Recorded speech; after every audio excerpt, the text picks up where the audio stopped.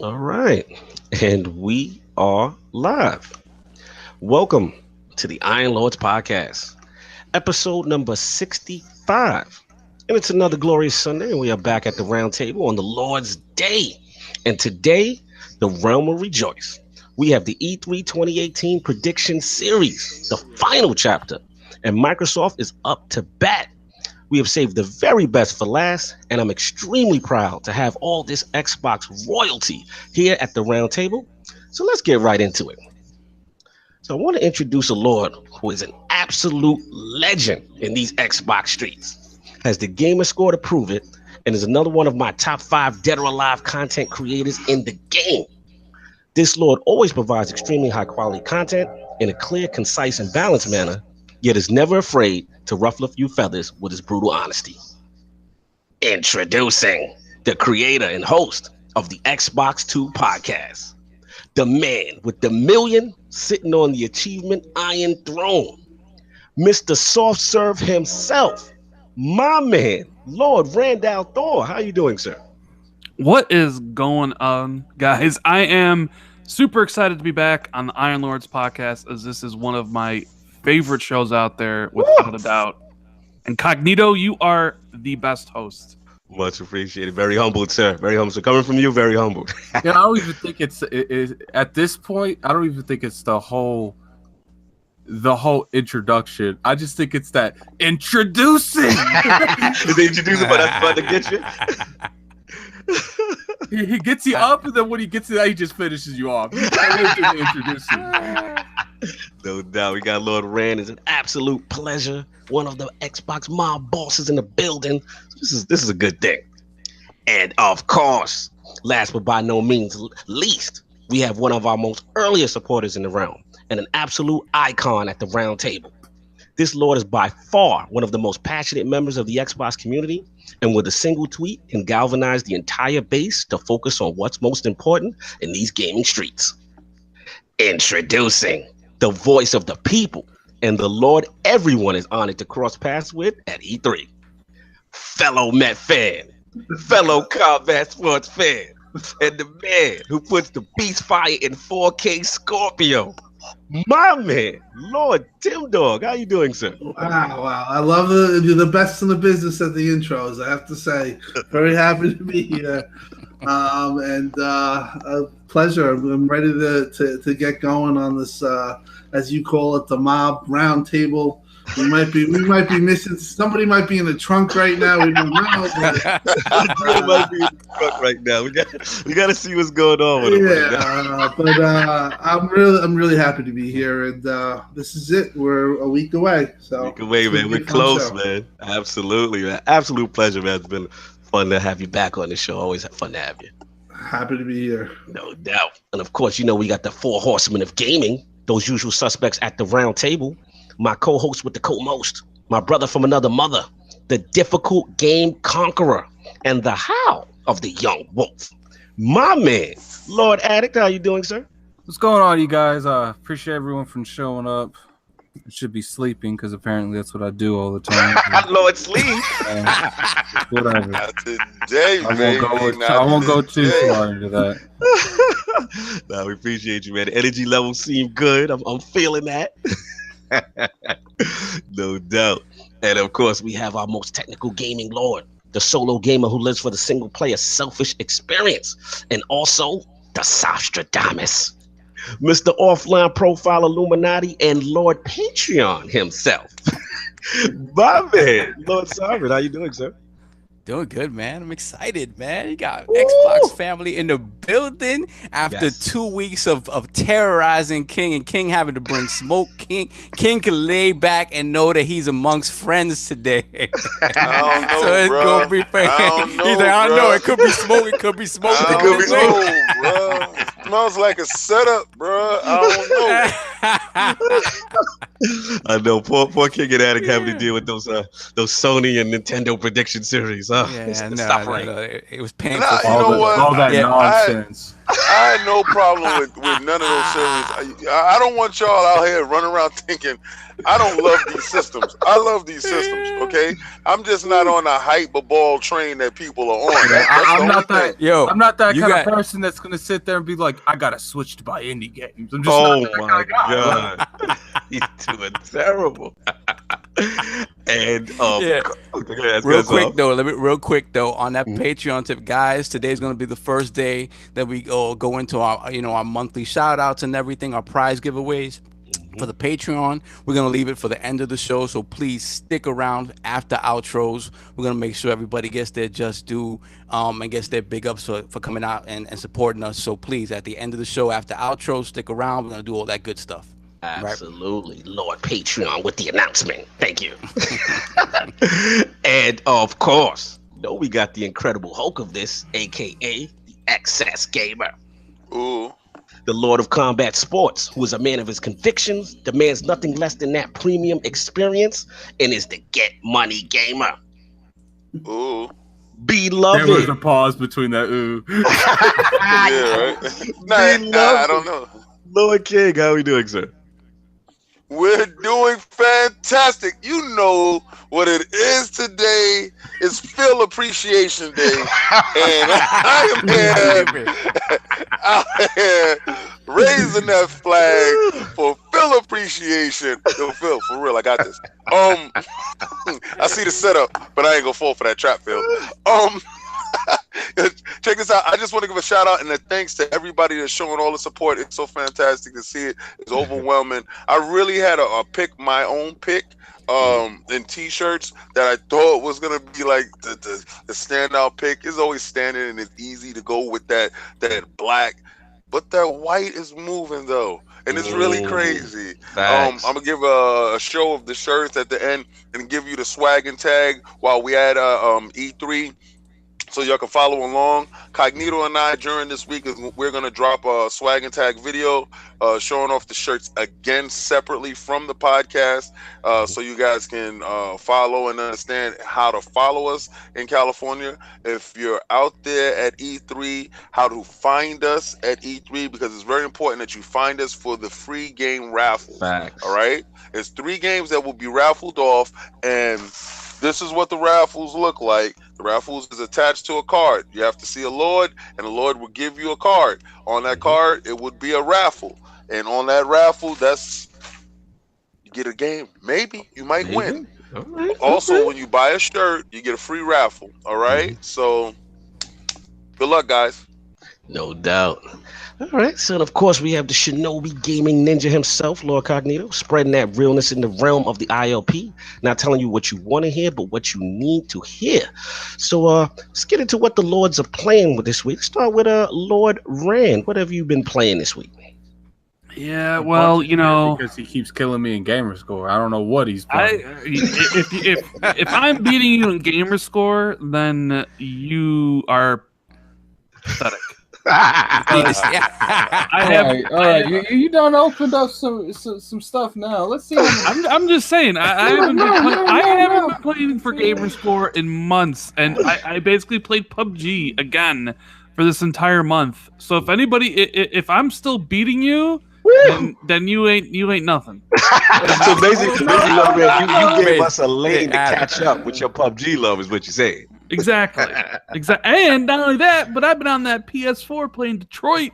No doubt. Don't get no achievements, so you can't complain this month. Okay, I can't see the last month. You lucky. Oh no, I can't. You got 3,450. And that's pathetic. That is pathetic. Look, you have 1 million gamer score. Okay, exactly. That's pathetic. That's pathetic. No. I normally 1,500, and that's a lot for me. Okay. Well, it wasn't good enough. It wasn't good enough. Wasn't good enough to catch the man with the million. No doubt. So that's pretty much all you've been playing this week. What I played the crew beta. The cool. Crew 2 beta. I actually really like that. I actually can't wait to play it. Kid was raging playing it last night. I saw him on my map, I felt I kind of thought maybe I should go like bump into him, but Don't please, man. If you would have did that, he might have died from a heart attack. Didn't Kid say that he was happy with it until he started flying a plane? Yes. Yeah, I heard planes were like controlled horribly. Yeah, the planes, they're my least favorite, but I really like the driving and the boats and stuff. So I enjoyed that. Detroit Become Human was a great experience on the PlayStation, but I am a fan of that genre of game. Me too. I'm the same way. I just started it this week too. Yep. The interactive movie cinematic experience. Walking simulator. Yeah, game looked gorgeous. Has some really good moral choices. Great story. Great cast. Voice acting is amazing in that game. Nice. What else have I been playing this month? I don't hear any State of Decay. I played State of Decay. I played it. You know, I put about like 20 hours into it. I did my penance. It's just it's not my thing, man. It's just not my thing. Like I played it for 20 hours and that's about it, man. Like I don't really feel compelled to go back and play it. Same thing like with Sea of Thieves. I mean, you did put 20 hours into it. Yeah, but I don't know. It just I see why people like it. I'm not necessarily the biggest fan of like managing a community and doing all that stuff. It honestly felt like a lot of busy work. Like I just want to go and like clear the plague hearts and kind of like do all that stuff. But the game requires you to be like, hey, there's an infestation. Go get rid of that. And then you go get rid of the infestations, and then 2 more infestations pop up. And I'm just like, man, I don't know about this. Yeah. I think that game would have a lot more mass popularity if they included some sort of mode that just made like let you do the action-y stuff, like you said, the plague hearts and the shooting and like killing things, and then just give you the option if you want to do all the, all the like base building stuff. Because I can see how that can get tedious if that's not your thing. Yeah, I can see that. I can see that. No doubt. So that's pretty much what's been going on with Lord Rand. Lord Timdog, what you been rocking this week, man? What you been playing? It's pretty funny because I've been playing State of Decay, and it is a game that Rand blows through games. Like Rand's the type of guy that'll get a game and you call him the next day and he'll be like, "Yeah, I just finished it." And I'm like, "What? You finished it already?" He's like, "Yeah, I really liked it." But Rand's the kind of guy that gets triple whatever the average person gets a game score and says, "That's trash."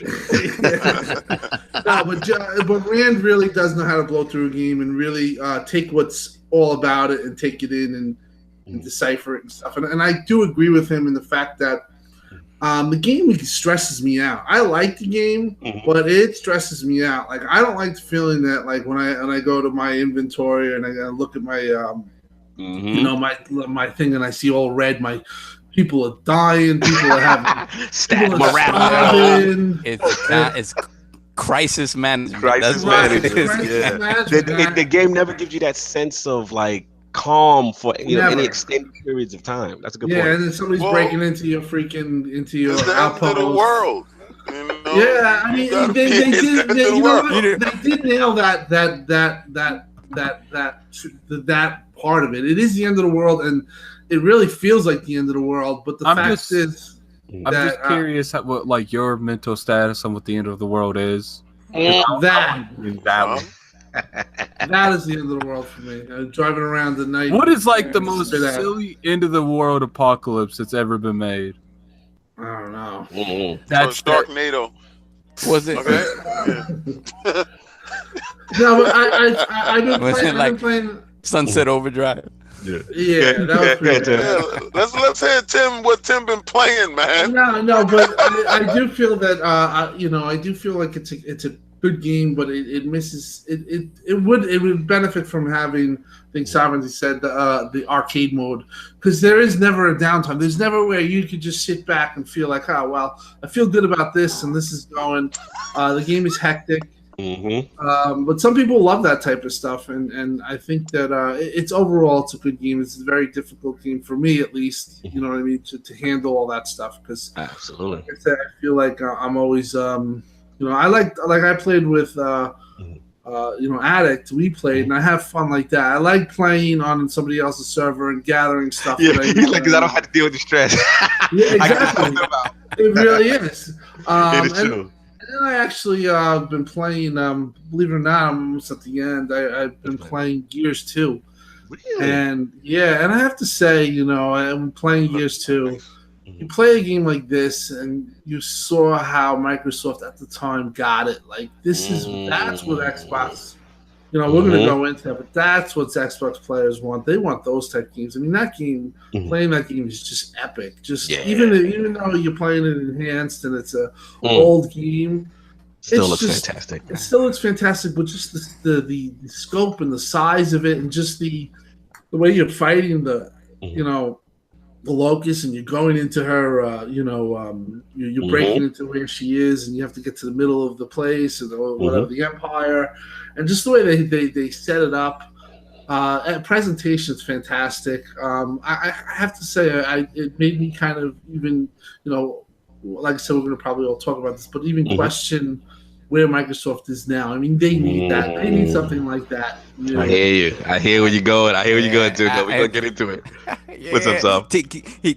Tim kind of took one of my predictions. he started to talk about it. No doubt, Lord Attic, what you been playing this week, man? To be honest with you, just a little bit of everything. I've been playing a lot of. I've been playing Smite. Oh, really? What bring that? What brought you bring that out the cloud? What's up with that? Yo. He said, "Oh." He said, "Yo." Look, I can't go into that right now. Oh, this sounds like a project, something that you're being forced to do. Yeah. This sounds like you can call it that. It sounds like that. Sounds like money's being exchanged, right, to play this. No, there's no money exchange. But... It's not. It's in affections, maybe. It's possibly. Yeah. But I was watching. Well, first off, I started playing before they announced Games with Gold, and then when a lot of people don't know this, but that Games with Gold for Smite, that's not even on the store. Really? Like, I looked on, I was like, well, what is that? Because I was gonna buy some heroes, and I was like, I'm not gonna buy heroes if they're gonna give the heroes to me at the middle of the month. And I looked on the store, and that's not on the store. That's nowhere to be found in the store. I have no clue what that is. Okay, all right. So that's pretty much it. Just been all Smite all day, every day. That's what it is. Not every day. I've been playing some Dark Souls 2 actually. Oh, okay, cool. Oh, you like digging in the crates this week. I like that. Can I ask a question? Go for it. Addict, the Smite. There was a lot of people who were taking shots at Xbox at the games for gold for being it free. Do you feel like that was, being that you're a big Smite fan, it was a value thing, or do you think it was bullshit? I like how Tim called him a big Smite fan. I love that. He took a crazy shot at him. Being that that's your genre. Day, like, at the end of the day, it might not be what people want it to be, but Smite's a huge game and a lot of people play it, and it's a free to play game. So all you have to literally do is download it, and if it said $99 on there, that's got to be all the heroes. So regardless how people, I'm not even a big Smite fan. I think I put $99. Yeah, on the little games with Gold thing, it said it was $99 and slashed to free. It's not on the store. I have no clue what it is. So I guess it has to be some stuff. Nah, $99. At the end of the day, we don't really. It's not for us, but I'm sure there's gonna be a lot of people that's gonna like that shit. I'm not one of them. I would prefer something else, but Well, Rand, were you a big Smite fan back in the day, Rand? Yeah, I know. People low key. I played a ton of Smite. Well, I know, because I know Rand's gaming habits as we talk about it. I remember when I was like, this guy's on Smite all the time. Tim got the dirt. I love it. This has turned into TMZ. I put about I'd say 150 hours. Here's the question: did you tweet about how it was trash, Rand? Nah, Smite ain't trash, but it's trash for being included in games with gold. Look, at the end I'm not a fan of that. It could have definitely been way better, but let's be 100. It could have been way worse. Like Like people, like at least you can literally just play that and probably have people to play it with. Have plenty of content to do. They could have gave us some shit that they're gonna throw in Game Pass. Oh, that is the first part, but they could have did that for the second We're not part. even getting past what people's been playing before we can get. This is going to be a lit show because I've noticed something that is a little something that's happening there, and I see it, and I'm enjoying it. I mean, Addict, of Boss course Move it said, could "Push be. a Timdog." Push a Timdog. We're still missing Dealer. We're still missing Dealer. He's in the truck. You know, you're right when you said it could be worse. I mean, they did give us Brave. Oh, you know, like, wow. And a that while did not back. stop Kid from playing Brave. I mean, I know. Trust me, like I played Brave back on the 360, but I'm just saying. No, I'm not validating that. That was trash. I'm just saying. There's like, hey, Did you 100% Brave? Did you get all the gamer score? well, you're damn right I did. Talk that talk, man. Put your If chest you're out. gonna play Brave, you better get all the achievements. Otherwise, Right. what Let are you the playing young it wolf for? know.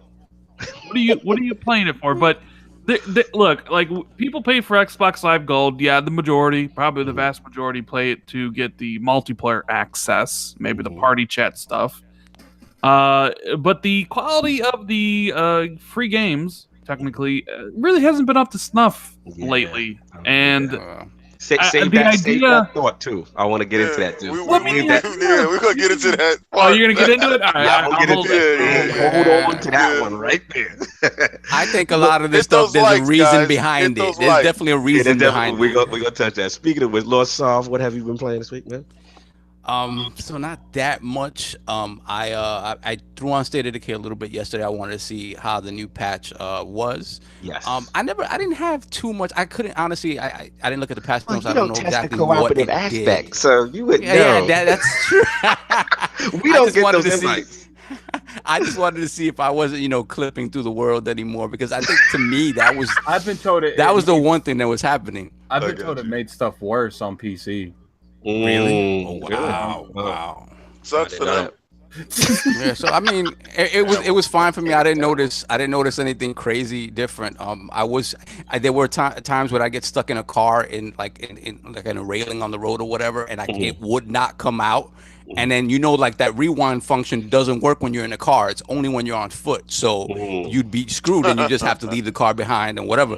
So now I was able to go in reverse, and it came out. So I'm assuming they fixed some stuff in that regard.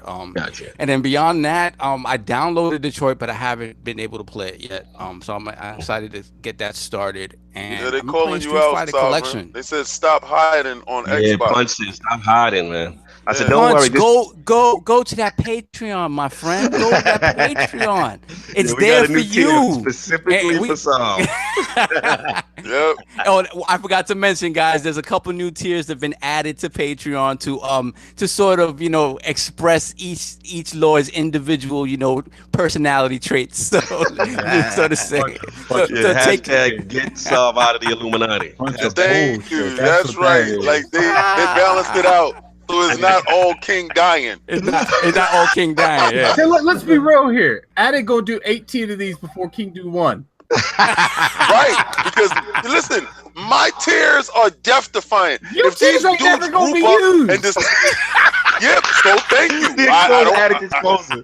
I don't care about that. If they group up and say, "Yo, let's kill King this week," and make him do that chip challenge while we watching, no, I could die on air. What are you, crazy? No. Speaking of which, Lord King, what have you been playing this week? Like Mr. Lord Randall Thor, I've been playing my PUBG. Ooh. Y'all two need to get together, like Love seriously, that Ray. PUBG. Like the PUBG Yo. that he plays and the PUBG amount of PUBG that King plays, like I feel like it's they're playing different games. yeah, it's got to be like Why? they got to play together at some point. What you mean we playing different games? You- Because I'm having too much fun with it? He's having You fun guys too. gotta Cut it up. do the same game. I gotta see this stream. Okay, we'll do that. That'll work. There's no problem with that. I have no problem with that. Ray got his squad, right? Also, Ray got, I've been both of doing The them. Rand Squad's real serious, man. Yeah, they serious. Yeah, see, that's what it is when you jump on to play PUBG, and this is the problem that I'm having with PUBG. This is the only problem that I'm having. The squads, I have really probably a strong 15 friends that I can play with. If we can get squads 25 against 25, that'd be great. Then I can actually play with my whole roster of dudes. Man. But I'm rotating with people, putting people in groups of 4 here, groups of 4 there. Let me slide over to Destiny here. Mm-hmm. Let me come back and do this here. So really, my gamer score will never move with these games this fashion. Same like Red. He's like, this is catch-up time for y'all. I mean, it's right. at the point I'm where, never catching up to a million gamer score. Okay, I'll die. I have to tell you, it's at the point when you play with Rand that if you're in a party with the 4 guys, they're so serious. Like Rand's just like, he's like, yo, I'll hit me up later. Like that's how serious they Yeah, no. I love that because that means like you don't want anyone in the party chat talking and messing with your concentration. Right. Yeah, we have to listen to it. We have to listen to the environment. That game is so immersive that we listen to the environment, we listen to the squad, we got to call out numbers, we got to check stuff. If somebody needs to heal, we have to flame. Yeah, man. Okay, well, numbers. That's hard. You gotta call them out, you know, fucking person behind the rock at 240. Well, that's calling out enemies. All right. That's calling out enemies. That's Did you not calling just out understand numbers. that? Did you just understand that, Addict? He understood it when I said it. No, you don't understand it. Why don't you let me finish my statement? Go for it. You acting like it's like a raid in Destiny. You got to call out numbers, not enemies. That's 2 entirely different things. Bro, coordinates. You're calling out. Let me articulate it in human speak opposed to PUBG speak. Okay, because we yell out. We don't have enough time to say coordinates. Okay, yell out coordinates. We ain't got enough time for that. We have enough time to say yell out them numbers. That's it. So it's been primarily PUBG for you this week. You know what it is. I already know what it is. For me, it's just been like I said, not been so busy, man. Obviously, we know we're prepping for next week and everything. But I did a little Destiny, a little State of Decay. I touched the State of Decay after the 20 gig patch, like very minutely, but I did see some differences. There's some improvement. Did a little co-op, seen some differences there. Shout out to Sonaldo. We did some PC crossplay. It was fine on my side, so it was good. And then actually, just like Ren, I started Detroit Became Human. I did the first chapter. Game is fantastic. Again, you have to be into that kind of walking simulator kind of thing, and I love it. Graphics fantastic, so I've been feeling it. So that's been me. So obviously we're gonna get into what we are here for, and that's the prediction series. It's Microsoft terms, so we're right on the cusp of E3, and the excitement is building. So I figured we switch this thing up, a little mafioso style. So we bring some of the most powerful Xbox and mob families together for a meeting to talk about this thing of ours. Why are you talking like you in the mob now? Don't worry about it. It's La Console Nostra, all right? And let's talk, I think I need to leave, man. Like, I don't want. Like, you making me think I'm going to testify now. Let's talk with Lord Ren, the Don of the powerful Xbox 2 mob family, State of the Union with Microsoft heading into E3. I can't take you seriously, man. And how we feel about Xbox as the brand, the highs, the lows of the year so far. Is there any pressure from Microsoft coming in? You need to stop that, man. Don Ren, the floor is yours. Okay, how am I supposed to follow that up? You almost did the voice too. What's that? Let's start with coming in. Let's start with the actual, the state of Xbox coming in. You know what I'm saying? As far as like just in general, how we're feeling about the brand, the highs, any lows you want to talk about, and just is there pressure for Microsoft coming in? I think Microsoft has the most to prove out of any of the companies going into E3. Mm-hmm. I think a lot of people are craving a roadmap. Mm-hmm. They want to know the game's coming not only for this year but for next year and beyond. Whereas their competition has provided like the roadmap since 2016, basically. So people want to know, like, is there a Fable? Is there a Perfect Dark? When's the next Halo? When's the next Gears? And the cry of the Xbox fan has been for years now. And Tim has kind of led the charge on this. It's been maybe not this year, but previous years. Wait for E3. Always wait for E3 every year. And Tim, I think you said this was the last year you'd say that, right? Yeah, I'm out of bullets. Yeah, you told me that last year, so Yeah, I told you that right too. We talked right after the show. Mhm. You weren't happy, and I could understand why. I mean, it's just we're out of bullets. Mm, mm.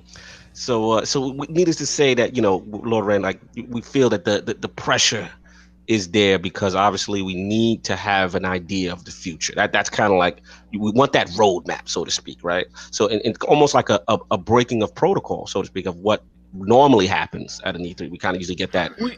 This year's different. Like last year, known quantities were shown off. Sea of Thieves, State of Decay, Crackdown. And even in previous years, you would know what to expect because they revealed stuff so early. Right. But this is the first E3 in a long time where it's literally okay. It's just Crackdown and nothing else. You don't know anything else. Yeah, the third parties will be there. The third parties will be plentiful. They'll be great as they always are. But unfortunately, third-party games can be played anywhere. Right. They can be played best on Xbox right now, which is good for Microsoft. But their third parties are basically, they're basically just whores, man. Anybody can have a turnout. They're not.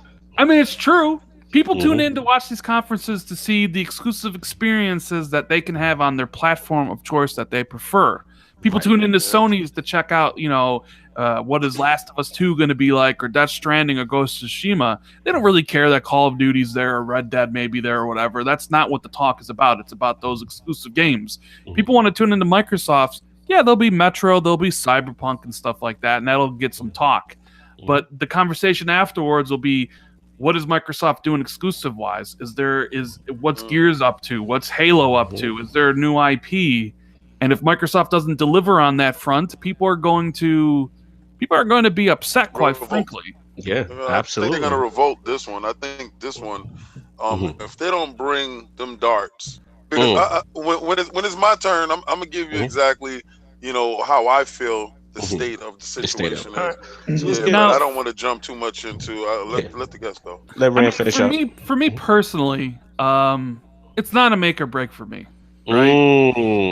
Okay, because that's the narrative out here, Lord Rand. Well, because I have every system. Right. If I want to play something on PlayStation that they provide, I'll play it there. Right. I want to play something on Switch, I'll play it there. Hell, I have a brand new PC. It's got a 1080 in it. Like I can play any game pretty much in 4K on my PC if I wanted to. I don't. So I'm kind of looking at Xbox. I'm like, okay, what are you bringing? Like, sure, we know all about the problems they had in the past. Terry Myerson squeezing the budget, Phil finally taking over, Xbox being removed from underneath Windows to its own separate division, to make decisions in the benefit for Xbox. We know about all these things, and yes, I know that games take a long time to build. Games like God of War, 5 years, and I'm not expecting a miracle within a year turnaround. So I'm going into this E3 with about low expectations. Lower than last year, because the games that I think people want and that they are making just aren't ready to show yet because they're still 2 to 3 years away. You're making fantastic points. I just want to cut you on one thing because just the counterpoint to what you're saying. I think everything you're saying is accurate. The counterpoint to what I'm hearing for what you're saying is that people say, hey, I invested in this brand and they have disappointed me this entire generation. Like, we need to, quote unquote, be on them to be better. And it's unacceptable to say, hey, wait till next year. What do you say to that contingent who are pretty much on their last straw and they're frustrated with Microsoft right now? They're frustrated with Xbox. What do you say to that group? I mean, if you're frustrated with Microsoft, that is your personal right as a consumer. And I mean, I can't tell you not to move away or to stay. I mean, that's on Microsoft to prove they're in it to win it, that they have things that people want. If you're like, are we talking about someone who legitly is moving, or one of those people that quote unquote fake people who are concerned about Xbox. No, I've seen this. I mean, I'm not gonna say any names or whatever, and I've got a lot of friends that they're like, look, man, this is it. If I don't see anything from, and they passionately love Microsoft, and they say, hey, if they don't see anything from them this year, that's it. They're not buying any more Microsoft products, for the next gen. I'll say, you want to make your voice heard. You know what speaks the loudest? Woo! Dollar bills, baby. Talk that talk, Dollar bills. If you want to put your money where your mouth is, if Microsoft doesn't provide you what you want, don't put your money where your mouth is. I would say move your purchases to PlayStation. Microsoft will see the drop in revenue. They'll see that stuff. That's the only thing you can do. I mean, sure, you can get up on Twitter and you can cry and complain, and you can make YouTube videos crying and complaining. Tiki torches. But that's also the thing is, like, Microsoft has heard all that. Right. Like they know that people are not in like the best of moods or like not really feeling it right now. But like it's a video game industry. Like everything went behind it. The whole Terry Myerson stuff, like the no budget that Xbox has. Now they do. They're already in for next gen. Problem is, unfortunately, the fruits of those labors aren't going to be seen for a long time. So we can get up here and complain and bitch about it. It's just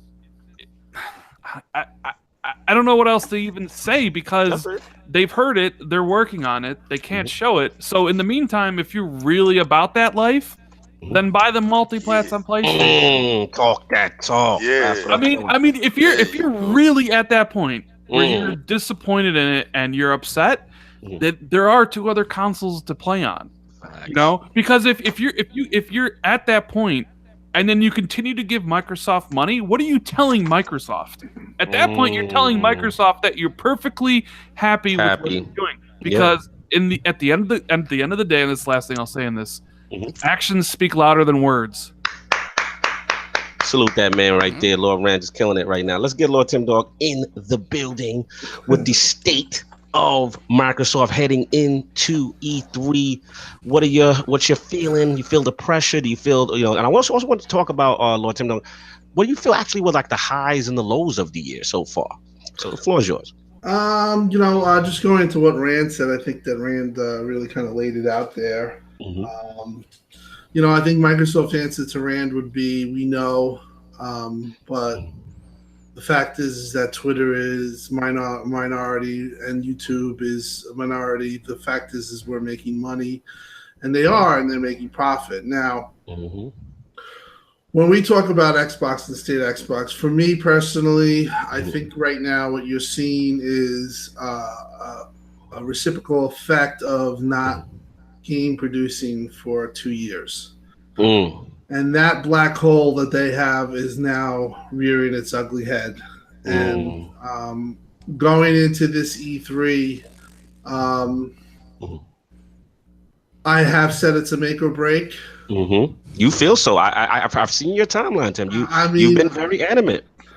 But if I'm going to be honest, I don't think that they're gonna quiet down the people that are upset right now. I think no, they're not, Tim. You know this as well as I do. I think that you have to go into that legitimately understanding they're not going to hit a home run here. They're not going to hit the grand slam that we all want. I wish I could say to you, guys, just wait. Slowly beware.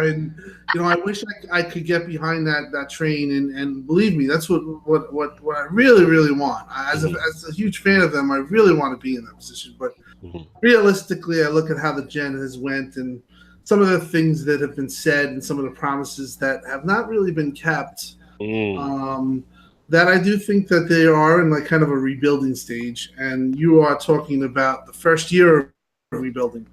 So they just signed their stars, but their stars, they can't show them right now because they're in single A ball and they're nowhere near as ready.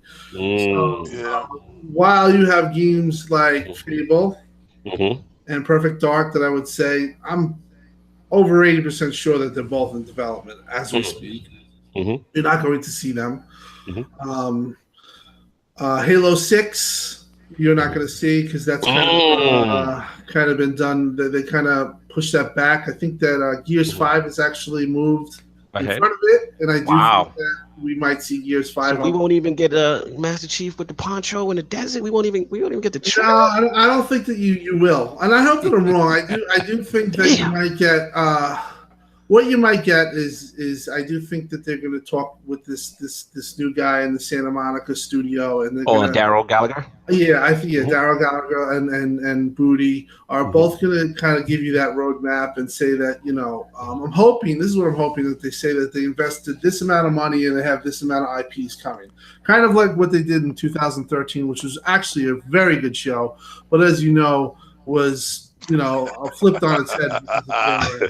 But if they could duplicate like that type of show, that would be a huge win in my eyes because then they're at least giving the roadmap. But I'm not expecting a big E3. I'm expecting my expectations are average. Okay. I do think that we're going to get these are things that I'm going to predict. I think we're going to get something on the Surface side, which means might piss people off, but I do think that they have some type of whether that it's an Xbox Cloud, there's something that is going to, have a lot of value to it, and is going to be another, type of thing that they stick to you as a gamer of Xbox. So I do think that is good, but obviously it's not what the meat and potatoes what we want. Right. So I do think you'll see that. I do think that you will see Gallagher and Booty give a semi roadmap, and I do think they will talk about the new studio and what they're building. I do think that Phil will actually talk about some of this. So I do think that in that case, we will get some of the assurances that we kind of want, but I don't think that we'll be able to see them. And that's going to be where the show kind of doesn't hit its home run because you're not going to see Fable. You're not going to close on Perfect Dark. Rand, who has excellent sources, and, if you want to check out his E3 prediction video, I think that money is pretty much on target. Yeah, a lot of realistic things, he said. Rand last year had told me they were closing on a triple on a third party way before this, and he told me about Anthem, and I knew about it. I keep my sources. I keep it quiet. So I was saying that Rand is snitching. I'm just but Rand knows that he could trust me in the way that he knows that and I've given him stuff too. But the thing is that he might have heard the same thing again, which I think that you're closing on the AAA multi-plat is kind of not a great statement. I hope that's not true. I'm hoping that they close on Gears 5. So I'm going to say that they can close on Gears 5 with footage. Okay. And that's pretty much where it's going to be. I think that you're going to have a. You said the highs and lows. The highs have been Xbox One X is clearly a tremendous system. Absolutely. And I don't think I get enough credit for that. The X is amazing. I agree with you. That's the high. That's the high. That is the high of the highs. What's the low? The lows are just the continued. You see the competition, and it's hard to say a low is coming from the competition, but the competition, like when I play Gears 2, like I said, this is what I want. You got the competition right now, absolutely just killing it, and it puts them in a precarious position. You know what I mean? So even though that they've gotten a lot of games that Sony had exclusive, like supposedly Nier, and they got Hellblade, and they did a good job on that front. It really doesn't matter because those games have already been out, and they've been out a year. And right. It's kind of like the No Man's Sky thing. Yeah, exactly. Yep. I think that they've done a decent job kind of recovering on the game aspect, but I do think that because of what the competition's doing, it just kind of kills their situation. It kind of kills their talking point. So the lows have been just I just think that they're in a situation where they're getting killed on social media. It's like Jez said to me, he goes, "Oh, Tim, what do you think?" I says, "Well, I think Twitter and YouTube is going to be bad for a long time for Xbox. I think it's going to be just a bash fest. But I do think in the overall aspect, Xbox is doing good. It's just that from the social media they're going to get killed, and I don't expect any of that to turn around, unfortunately. Fair You know, assessment. they gotta really work hard now and build back faith. I don't think that they're Yes. gonna lose mass fans like I originally. I think that they've already started to lose. When you see guys like Kev and you see Jez, not the other Jez, and you see Red Dragon even's kind of like done with Xbox. You see a lot of the hardcore. You Yeah, see all the hardcore guys, Mhm. and then you see also the hardcore the Xbox guys Mhm. that were once Xbox guys now even saying, "Oh, I'm getting a PC." Mhm. Xbox. I'm not See even that on- language too. So they're getting Mhm. the brunt of that. But Mhm. I do think that Mhm. it's just a rebuilding phase, and I do think hopefully if they get this right, we can get some of these games that Mhm. other competitions have had. These the ones that they've been dying for, the AAA bangers that Yeah. are deep in scope and push a real powerful narrative. Fair enough. Fair enough. Let's get the Lords in on this. Lord Attic, what's your feeling on the state of Microsoft and Xbox coming into E3? Do we really have enough time? Yeah, just because you could just breeze through. Just a feeling. Just a feeling. I do think that they got a narrative that the minority might not speak for a lot, but the minority on Twitter and YouTube was given the perspective. And right now they are losing the perspective on every corner because who do you think's on Twitter and stuff? People that sell their product. They keep seeing stuff like that. I mean, it's no secret that the retailers they'll favorite the majority. GameStop and all that. I'm sure, low key behind closed doors, they're being asked to push more PlayStation product than Xbox product because they get more PlayStation product. It's just at the end of the day, if you can't change that perspective, that narrative, you can't really do a whole lot. And I understand they don't want to show stuff because Shout out to Jez. He said they're gonna announce his shopping cart for the Windows. Yeah, out of control right now. Continue. like I understand where they're coming from. I understand that they don't want to show games and have another sale-bound direction. And to be honest with you, I don't see it happening. But at the end of the day, can they go another 2 years? Can they go another year or two not announcing anything before I mean, you have people that's been on YouTube, and I know it's like I said, it's the minority, but when they're getting thousands of views, 20 to 40,000 views, like that's the narrative going down the shithole. Like what you said is very true. It sets a perspective. Yeah. And I've kind of not to interrupt, but it kind of just to add, I've kind of had this argument with some of the Xbox people, and I don't think that they get that. I do think that they underestimate the YouTube community. They definitely underestimate what they see on Twitter. Some of the stuff's like the red flags that you see, like when Gears of War, God of War's coming out, and you got like guys like some of the mixer guys just going nuts, and just like at the end of the day, when you push that out, you kind of make yourself look weak, and you make yourself look like you're not. See, here's the big thing that Sony's killing Microsoft right now from is they got stuff to market that looks appealing. Where do you think their market right now? People keep saying the people on Twitter aren't the hardcore. Yeah, but the hardcore, what they're doing? They're going on YouTube. They're watching Fortnite gameplay. When they go into these streams and these, what do you think ads are popping up? God of War. You don't see any other kind of ads popping up. You might see a Sea of Thieves ad pop up, and people are like, "Oh, that looks cool." But then the next ad that pops up, God of War is like, "Nah, I'm getting a PS4." Like. That is what they're losing. It's like I said from the start, like once almost 9 times out of 10, if you lose coming out the gate, you lose the whole generation. And we all know that they stumbled out the gate. They had one of the worst starts out the gate. Because sure, I think at the beginning of the generation, that's when hardcore is the most vital to get that hardcore audience. Because a lot of the times, who's going to be buying consoles day one? Hardcore. There's going to be casuals in there, obviously. You got people like King David got more money than they know what to do with, so they're going to go buy that dumb shit. But, at the end of the day, it's who do you think convinces people to buy what? If you have 1,000 hardcore. hardcore Xbox Ones and you have 15,000 PS4s, and you're gonna have the 15,000 people tell their friends before you know that 15's 40,000. Right. And then you have the 1,000 Xbox Ones, and that 1,000's 4,000. No, it's a domino effect. It's definitely a domino effect. There's no doubt about that. And I do think that's where they lost. It wasn't like, it was Still the marketing, losing. obviously.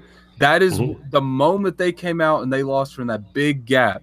The hardcore always. Yeah, but we already know what they lost at. What we talking about is the state of affairs going in. But that's what I'm talking about. I'm Yeah, saying but that nothing has changed. regurgitating the failures of the But beginning nothing is has not changed. going to change anything. But I about think what's a lot going of on it- at this prior moment. Garrett solved A that lot thing of and that- then move on. A lot of that, the Yeah. thing is, what King mentions is true, but at the same time, a lot of that goes back to not recognizing the mistakes you made in the past and how they've affected where you are right now. Like it's to That's hear the them state of going into affairs part. I E3, get you. I got you. right? To hear them going into E3 and not and they're gonna be safe with their announcements and not recognizing the magnitude and the power of what quote unquote winning E3 means. Then it kind of feels like they're not haven't paid attention to what put them in this place to begin with, and that's a scary thing because regardless to what I think they're at a point where they have to be confident enough in what they're bringing down the pipeline to say, all right, at least one thing that's 3 years out, 2 years out, we're gonna announce it because we know it's coming. Breaking protocol syndrome. At the end of the day, I think their best case scenario, we've talked to Rand, we know this ain't going to happen,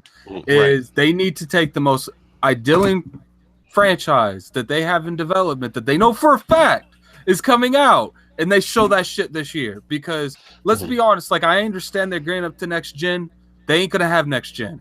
They're just not, because when you go into next gen off like nothing, what do you think? Basically, you want that momentum coming in, right? That's what you're saying. Well, what happened with the PS3 to PS4? They came off of the PS3 with Last of Us. Yeah, I mean, but I just want to say something because I think you guys are really making great points. You talk about, and I think this ties into what Alex said. You talk about and the way that they started off this gen. Everyone said don't announce DRM or do what Sony did. Everyone said that up to that day. If they had if they had listened to that hardcore, they just would have said, "Guess what? You can get your games for free." It's not back.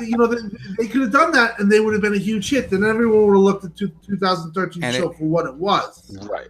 So and now then to be fair, no, go ahead, Tim. That's all. But now you have a situation. It's kind of the same thing. We're all here saying, do what Sony did. Look at Sony. Nobody cares. Everyone's saying, "Oh, that's great. We're going to see 4 games Sony was already." No. dead, bro. They were Sony dead in the water. 2016. It was a softball that this guy just couldn't hit over the gate. And the softball was lobbed to him. He didn't hit it over the gate. Actually, he bunted it to first base and got called out. Like, it was horrible. I sat there and I watched them, and I watched Sony push back their show for an hour, and they said, "Get the DRM out of the box." But this goes back to the point. Who sat there and loaded that up has their affected them PlayStation day throughout. one? And had to put, of course, of course. Used to say, but it's not Sony versus Microsoft. It's Microsoft versus listening Sony's to core, marketing though. team. Yeah. But what about?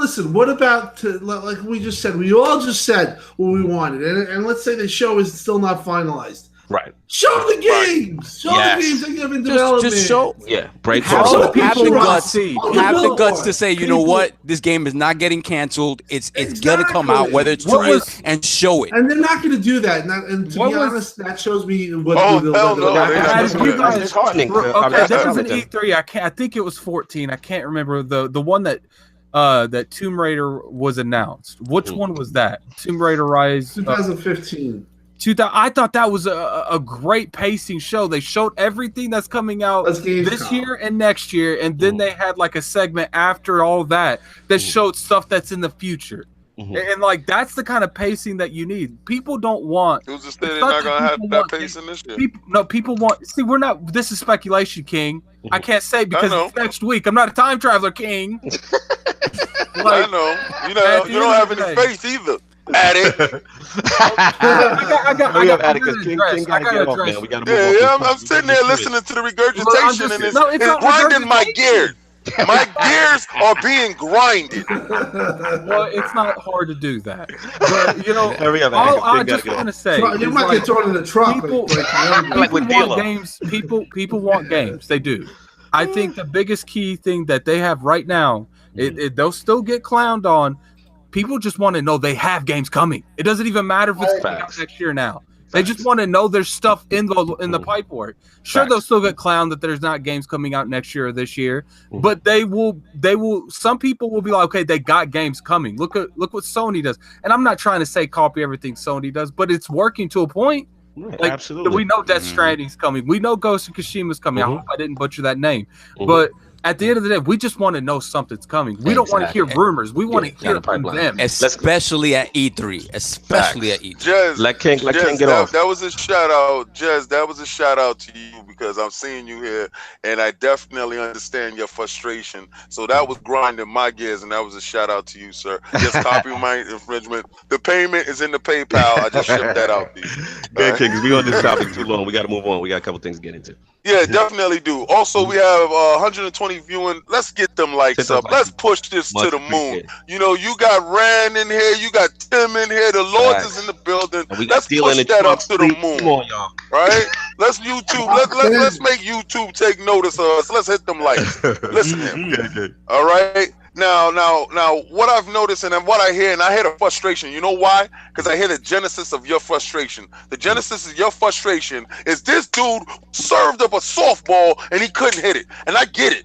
I get it. He walked into the show. He was able to do this, that, and the third. But no, they was telling him, don't do that DRM. Don't do that DRM. And what did he do? Do the DRM. Oh, my God. And then what Sony did? Right after him, slow that show up, fix that show. Their show was the shortest. That's facts. People don't talk about that. Their show was the shortest, and when you got your PlayStation at home, it took you damn near 24 hours to remove that DRM and put on it. They had it in place. I do want to address something real quick in the comment. Matt said that. Miller Matt said, "What did the marketing have to do?" Can we all agree here that Sony's marketing's been on point this whole generation? Well, they've had the bullets. It's like people like saying, "Well, Shannon this and that," or Aaron. How the hell are you gonna freaking hype State of Decay really on a AAA level, or even Sea of Thieves? It's like it's not. Those games are not AAA title games. Those games were designed for a situation of the Pay Pass, Game Pass. You know, Pay Pass, right? Freudian slip. So it was designed for that model. All right, they have games that's coming, and I'm pretty sure, just like Timdog and I chopped it up last year, right? And we watched the show, and he asked me, honestly, how I felt about the show, and I thought it was adequate. I didn't think the show blew anybody away. I had reservations with ending on somebody else's IP, which I brought up to Phil, and I talked to Phil about that.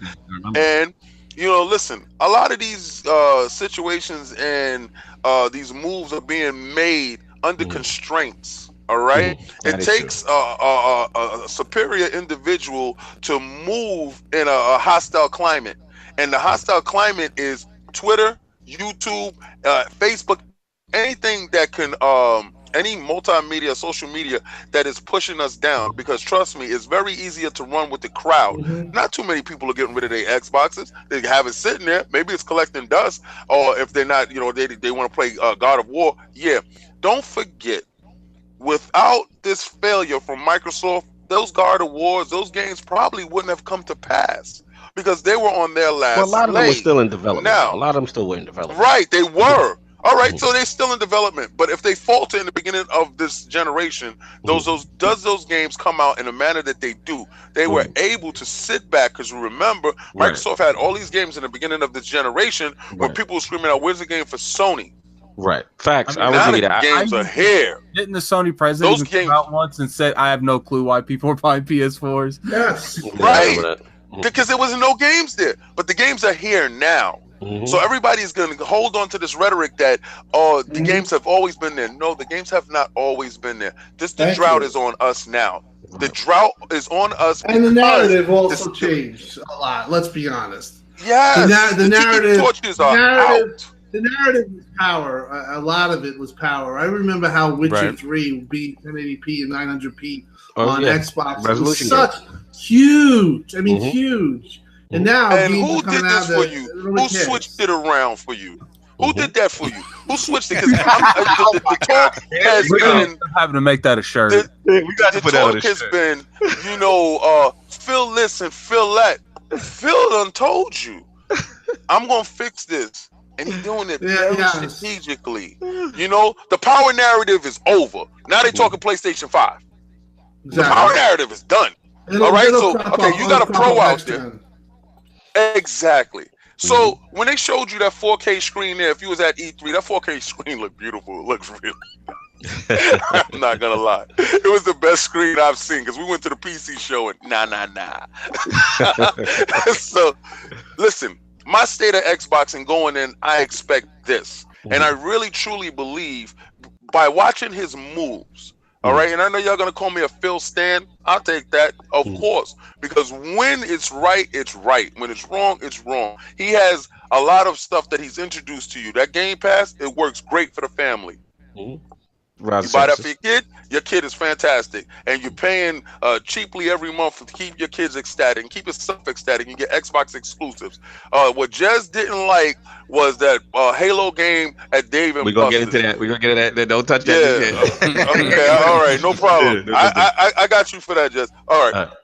But right now, he has changed the power narrative, so they can't do that. What you do strategically to your enemy is remove their ammo. And he's been removing the ammo little by little. Have Digital Foundry announce your system and show the superiority of your system, because Digital Foundry was a major component in your demise. Right. So you put them on your back as your ally, and it's working. All right? So these games, I believe, this year will be shown.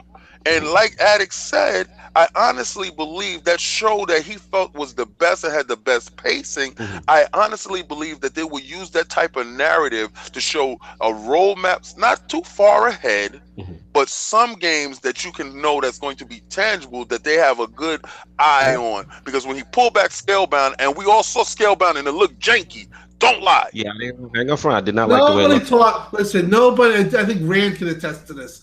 NeoGAF had a 5-page thread on its showing on NeoGAF about when it showed it at Gamescom, whatever. Rand, how much was the cancellation thread? What was it at? Hundreds.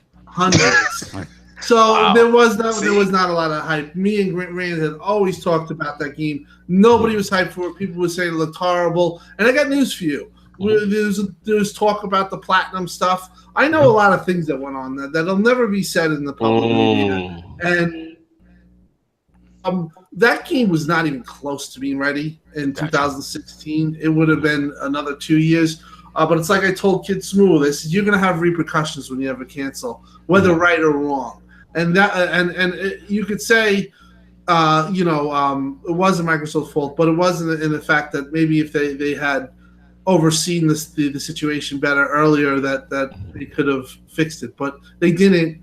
But that whole situation with that game was, if it came out, it would not be a big game. It would not, in my opinion, it would not sell, and people would not have made the big deal. I mean, I've never seen so many people want Scalebound.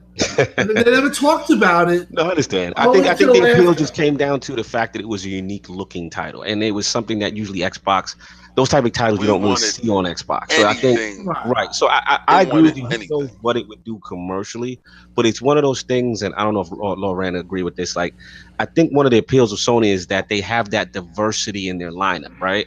Whereas, let's be honest, Microsoft falls into that trap of the Gears, the Halo, the Forza, and when you see something that they're promoting that's unique from that space, there's a contingent that is hyped for it. You know what I mean? I'm not saying the whole base was. Who knows what it was? So I agree with you. There was some people that were, but absolutely. But I'm just gonna move on because we've been on this one for a long time. Yeah, I was completely done with that whole thing. Yeah. But my state is a whole different kind of state, and it's hopeful. Going into this E3, I'm going in hopeful and confident, in the sense that the same way that these guys woke up smelling the effervescence, I believe the numbers will back certain ways on us Mhm. going into this E3. I truly, honestly believe those games Mhm. will be there. All right.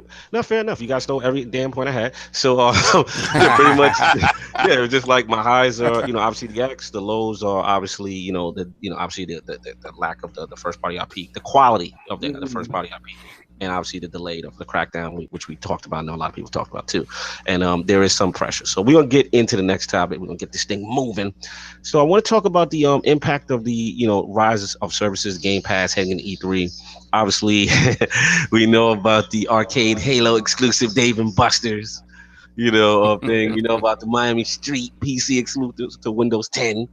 So it's just a slap in the face to the family. So let's get Lord Rand in there. We get to talk to Rand again. What do you feel about this? You know what I mean? As far as like just Game Pass in general in this direction, is it hurtful? Is it helping? What do you feel personally? I don't think it's hurting anything. I think it's a boon. I think it's wonderful for Microsoft. I mean, the people that will say Game Pass exists so Microsoft can put in broken games or half finished games into it. I get that. And but the thing is, like, Sea of Thieves and State of Decay were in development before Game Pass was even an idea. Yeah, exactly. So like those games being the way they are isn't on Game Pass. It's on Rare and it's on Undead Labs, maybe not getting the support they needed. But from all my talk with people, Game Pass is the future of literally Xbox. They believe in it that much, and they believe that with a strong subscriber base, it allows them to invest in games they couldn't before. So that's the way I look at it. Okay. Like, if you have a situation where, look, we've all been disappointed, me especially, I know Tim's really disappointed, and I could probably, and you and King and Sovereign and Addict probably will, is like, this generation has been a lost one for Microsoft when it comes to IP. All their games have been one and done. People complain that Sony's games are one and done, but Xbox's games are truly one and done because they don't get any sequels. You have a game like Rise, which a pretty decent launch title, but a Rise 2 with could have been something like a step up, like Uncharted 2, or Mass Effect to Mass Effect 2 could have been great. We won't get to see it. Quantum Break 2, what other game am I thinking of here? Sunset Overdrive. Right? Yeah. In the pre-Game Pass era, because you split them up pre and post. Right. In the pre-Game Pass era, each individual game was judged on its own performance. Quantum Break had this budget. Did it make a profit? Yes. Make a sequel? No. Don't make a sequel. Right. Sunset Overdrive did the same thing. Right. And they all didn't do well. Like, they all just didn't sell. But in this era of Game Pass, each individual title doesn't necessarily have to perform at a high standard to get maybe a sequel, because it's all about adding content to the service to keep people subscribed. So you can have a successful game, but then you also need other games that maybe aren't as successful. It's truly the Netflix model. Netflix has been criticized that they keep series going on too long and that they should cancel stuff. But they don't necessarily have to, because they need the content. They need people's eyes on the shows to keep on subscribing throughout the length of time. So I even posted this to Jez on the podcast yesterday. Imagine if Game Pass was around when Scalebound was about to get canceled. Does Scalebound get canceled then? Does Fable Legends get shut down? That's a good point. If Game Pass was around when Sunset Overdrive and Quantum Break were around, do we have a Quantum Break 2 in development as Sunset Overdrive? Valid points. Yeah. I want to double down on this, because you really opened my mind to some things, Laurent. My question though is the opposite effect. Well, what do people say based on we only have a short sample size with Game Pass in existence, right? And we have Sea of Thieves, we have State of Decay, and the argument can be made with Sea of Thieves is just gorgeous, fantastic looking game with a lack of content. We have State of Decay with this deep simulation, great systems, but not necessarily the most polished. So what do you say to those who say, I'm concerned about games being in Game Pass because Microsoft kind of has to meet this monthly quality of games to be added to the service? So like, is the quality control now going to go down as a result? I understand what your point is as far as saying saving games like in the past, that maybe if Game Pass existed, those things may not have been canceled, or maybe sequels could have been birthed. But what about like from the quality control aspect? Do you have any reservations or concerns in that side? Well, not necessarily, because we know the situation that surrounded Sea of Thieves and State of Decay 2. If this is still an issue a year from now, 2 years from now, then clearly Microsoft is using Game Pass to launch unfinished games. But I don't think Game Pass is a causation for those games being unfinished and not having content. Because like I fully expect Forza Horizon 4 to be absolutely phenomenal, and that game's going to be in Game Pass. I expect Gears 5 to be great, and that's going to be in Game Pass, and Halo 6 and stuff, and other games. So I think it's just. So you blaming it on the studio, Red? Is that what you say? Can I make a statement real quick? Good. I think that it's not that Microsoft is pushing games out because of that. I kind of think that, like, with these particular games, I don't think these games they were supported by Microsoft, but I don't think they were really like supported to that extreme. And I do think that when it comes to, except for Sea of Thieves, but I did hear that like Sea of Thieves, them supporting Sea of Thieves the way they did, that was actually new. Like that came randomly after like one of the betas. They saw like the anticipation and the engagement, so they put a little bit more marketing behind it. But I feel like games that are designed and knowing around a premium service like Game Pass, that will give more. When games are development or around Game Pass, you'll see better quality games coming a lot more frequently because they know it's like Rand said, a lot of these games weren't even designed with Game Pass in mind. So it's some of these games, like that these new games in development, they're designed with Game Pass in mind. They're like, this is when we need this out because we need this by Game Pass. I do feel like Sea of Thieves and State of Decay was pushed out because of Game Pass. But I don't think it's Microsoft doing a quality control. I just think it's Microsoft pushing those two games. Stop! You sound like you want to jump in. I think it was the luck of the draw in terms of those two games. Like those are the first two games that they were ready to go in terms of Microsoft, like first and second party stuff, and their Sea of Thieves is something new, right? So you knew, and this online persistent world, you knew that regardless of how many beta tests they had, something was not going to be completely. It wasn't going to be 100% ready to go. That's that. State of Decay, as much as we wanted it to be a true AAA game, it was just building upon it. The things that it's doing, it's difficult to sort of to iron out to the point where you're never going to have issues with it. The type of world they're trying to create, the systems that are on top of systems, it's difficult.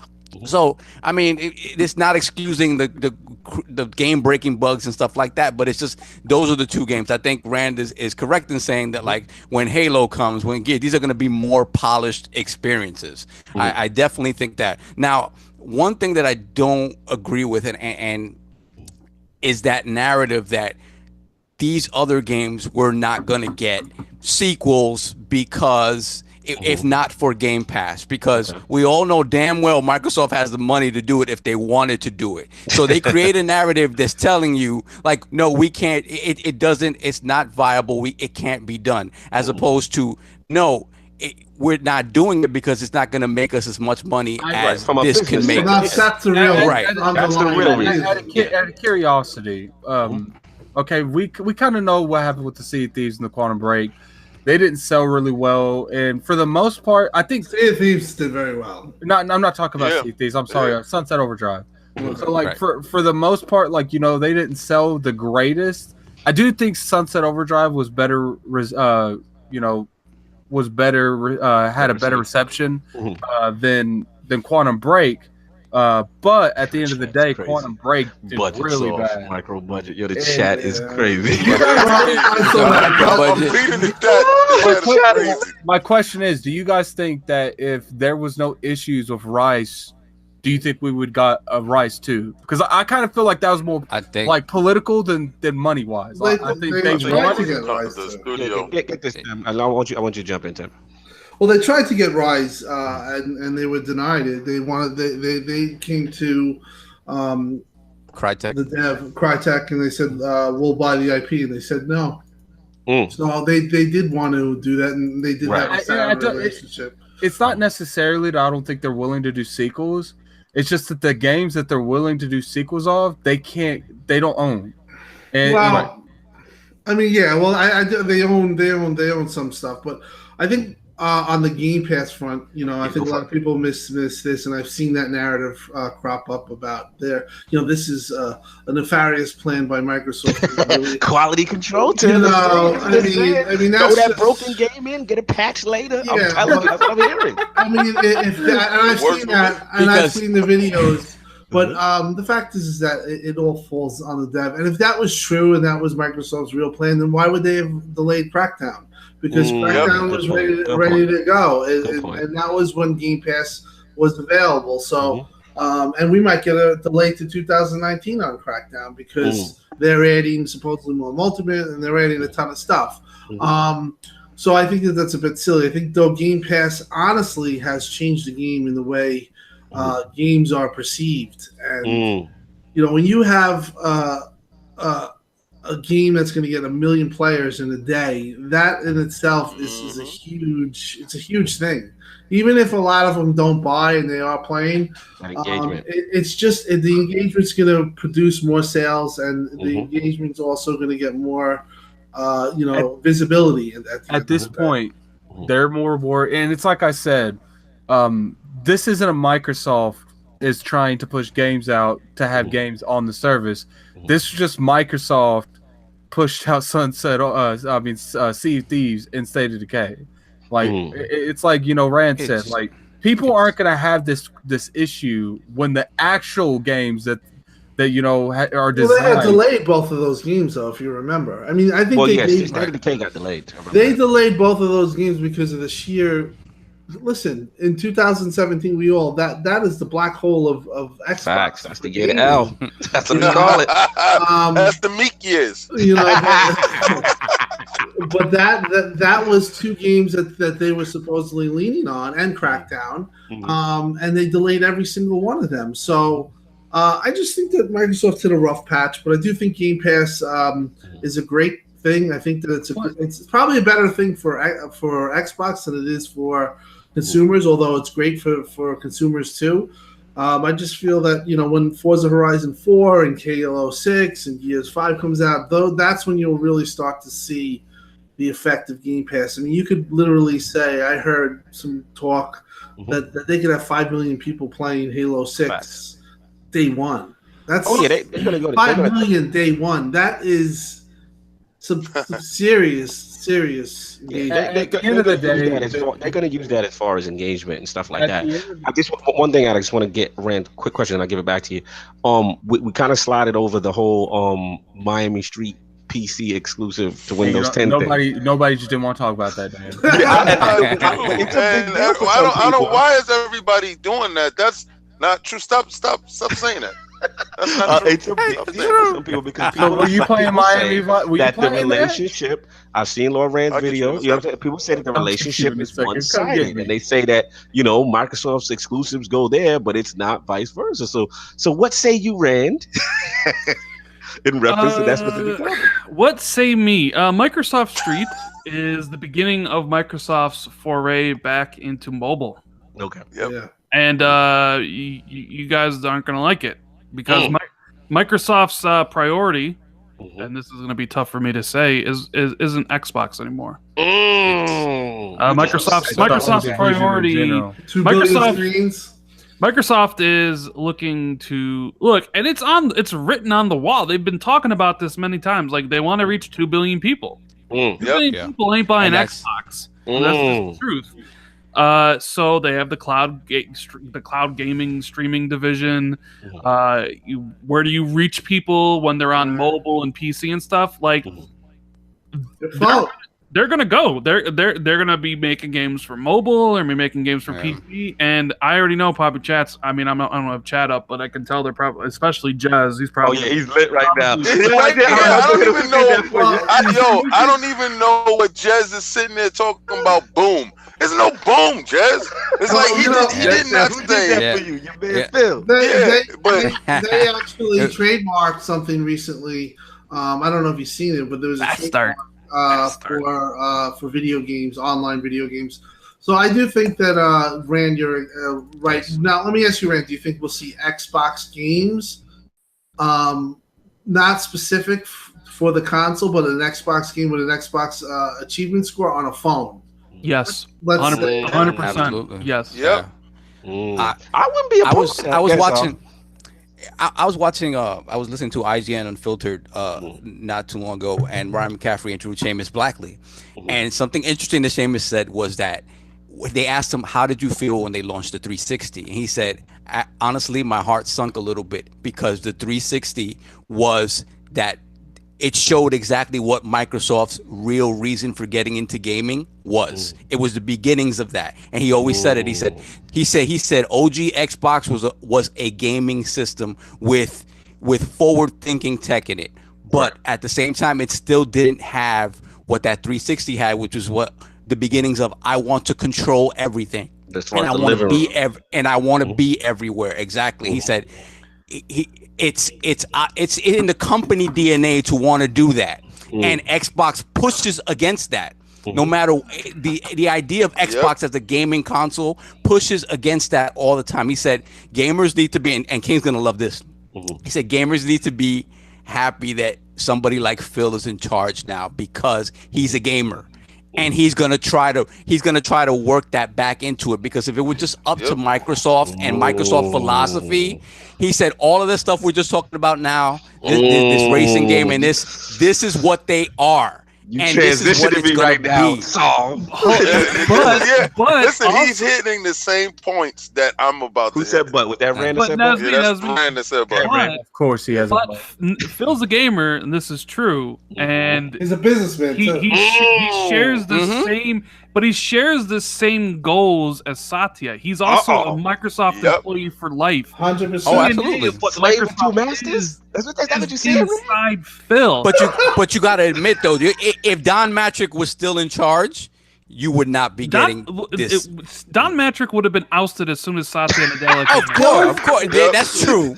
But I'm talking about philosophy-wise. Philosophy-wise, Xbox would still look considerably different now. Well, okay, I would say there's an argument to be made that if Don didn't screw up everything about Xbox, that Xbox could be essentially winning this generation, because some of the things that happened, the stopping investing in games, is a direct response to what he did and how bad the Xbox was doing. So imagine a situation.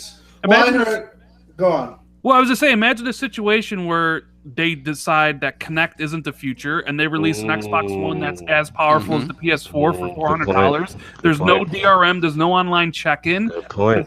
It may continue the 360 domination, and at that point, you got to consider launch games too. So that's when and the overcommitment to TV in that conference. Remember, everyone's that's the whole thing. That's it in a nutshell. Exactly what Ryan said. That's the whole thing. If was a fifth. But Ken, you've been preaching that narrative. You've been saying it, like they had it set up, and then these decisions were like it's a lob. It was a softball. It was a softball at Barry Bonds, and it didn't work right. You guys are setting up the next one. I'm gonna let Rand finish it. We're gonna go right into the. Hold on. I didn't hit this topic. All right, my bad. Yeah, go ahead. Yeah, Rand. Well, I just want to say is that while Phil's a gamer, right, and he wants Xbox to succeed and provide true games for everybody, the thing is he also believes in Satya's vision, because it's also Phil's vision of the idea, and Phil truly believes this, because I talked to the guy quite a bit. He wants you to play your games or whatever on whatever device you're on. If it's on PC, great. If it's on Xbox, great. If it's on mobile, whatever.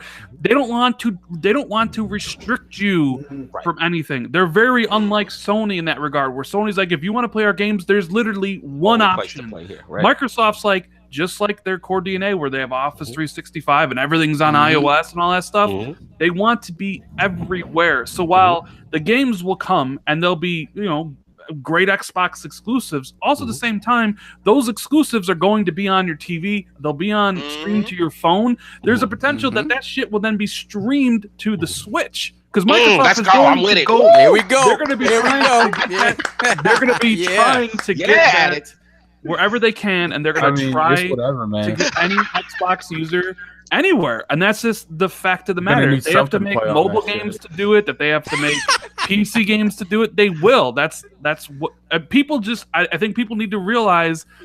This is Microsoft. This is Xbox going forward. Xbox is important, but it's no longer the priority. And I think people need to finally realize that. Been saying it forever. They're going everywhere. I did not log out. Finish this topic. Okay. We gotta move on. All right, let me explain, because there's a misconception that y'all think that I'm tied to a box. I'm not tied to the box. Facts. All right, and I want you to understand one thing. Microsoft is different from those other two companies that I mentioned.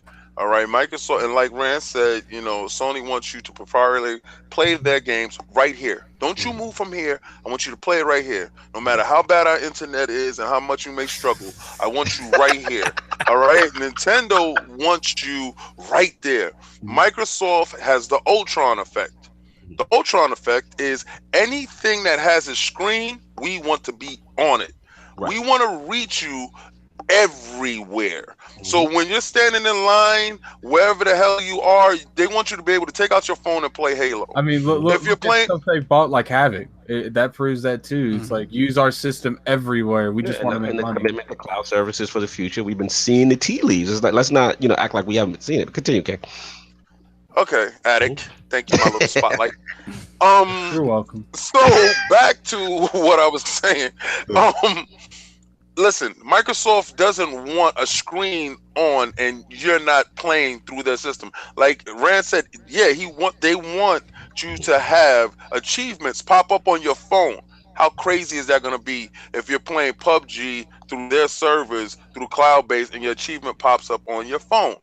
All right, wherever you at, even on like the Switch, I really honestly believe that thing is gonna really happen. I really believe so, because it's ideal for them. It works for them. Now that they bust this thing and that Windows game thing, that's all part of the narrative of being everywhere at once instead of just being in your living room closed off. So when you feel that they're changing it from sales to engagement, remember when the music industry went from sales to streaming? Yeah, that's a good point. It could be a transition right before our eyes. Who did this for you, Jed? All right? I want you to understand, when you're a pioneer, who did that for you? When you're a pioneer moving into a different space, there's going to be logical pushback. But Microsoft has always pushed forward and drugged the other two into the next millennium. This is what's happening right now. It may grind your gears,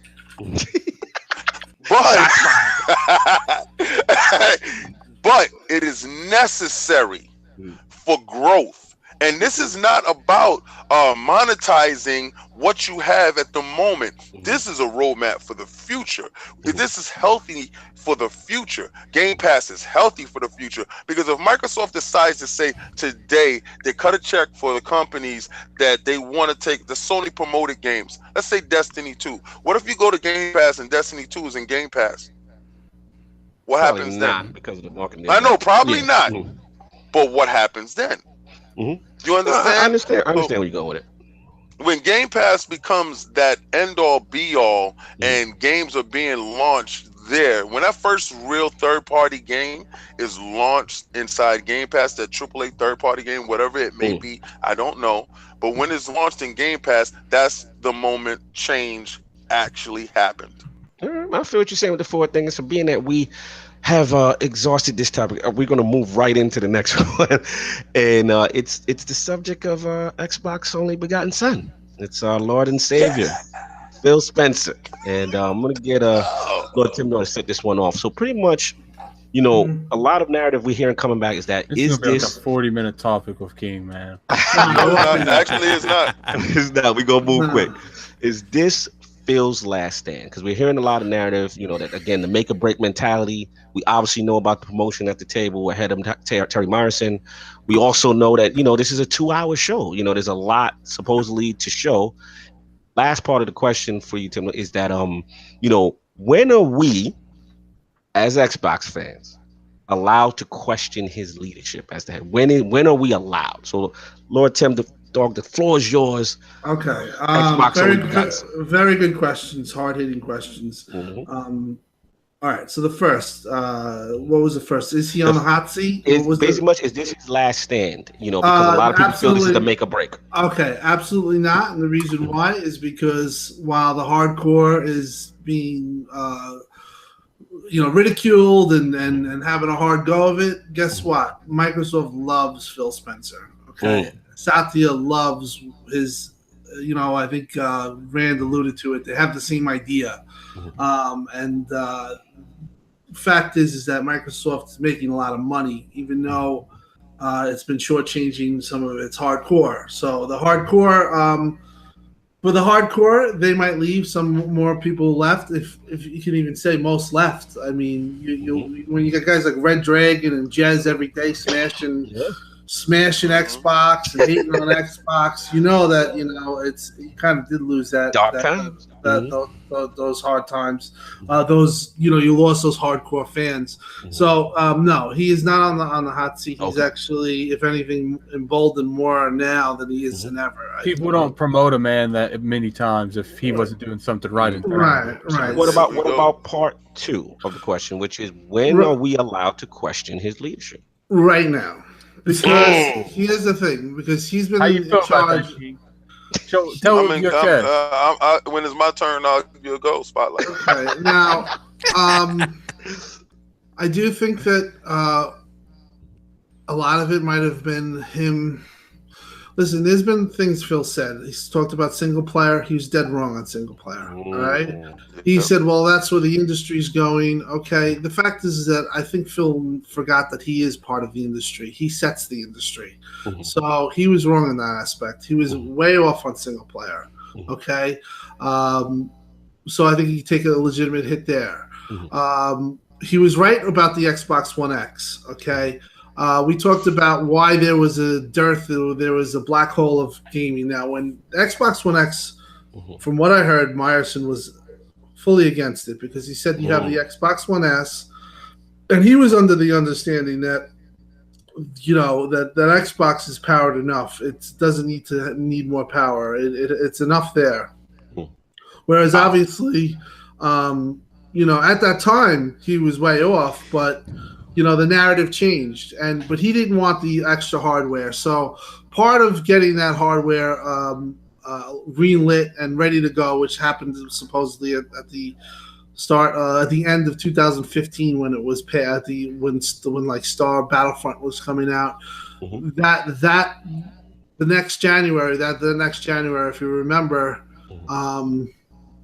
I think the cancellation started with Fable Legends and stuff like that, because I think Meyerson said, hey, you got to cut costs now. So gaming creation was put on the back burner, and I think that they try to push this narrative that you don't need exclusive. Can I interrupt you for 10 seconds? Have I not said multiple times that people call me like crazy that the X was the reason that some of these games were getting canceled and we weren't seeing development in games? Have I not said that multiple times, Lord Cognito? And people keep saying, no, that just doesn't make sense. It's like, look, man, like I can connect the dots. I went to elementary school. Okay, I just wanted to say that. Continue. But I do think that was pushed hard against him, and I do think that they, and this is coming from some things that maybe I know, or that things that were said to me that I didn't like and I kept to myself. But I do think that they kind of gave up on single player development, and they kind of gave up on a lot of things like that. I think that they even kind of floated like Gears and Halo being multiplayer only. Okay, kind of like what COD's doing. And that type of talk was going around. So when you say, can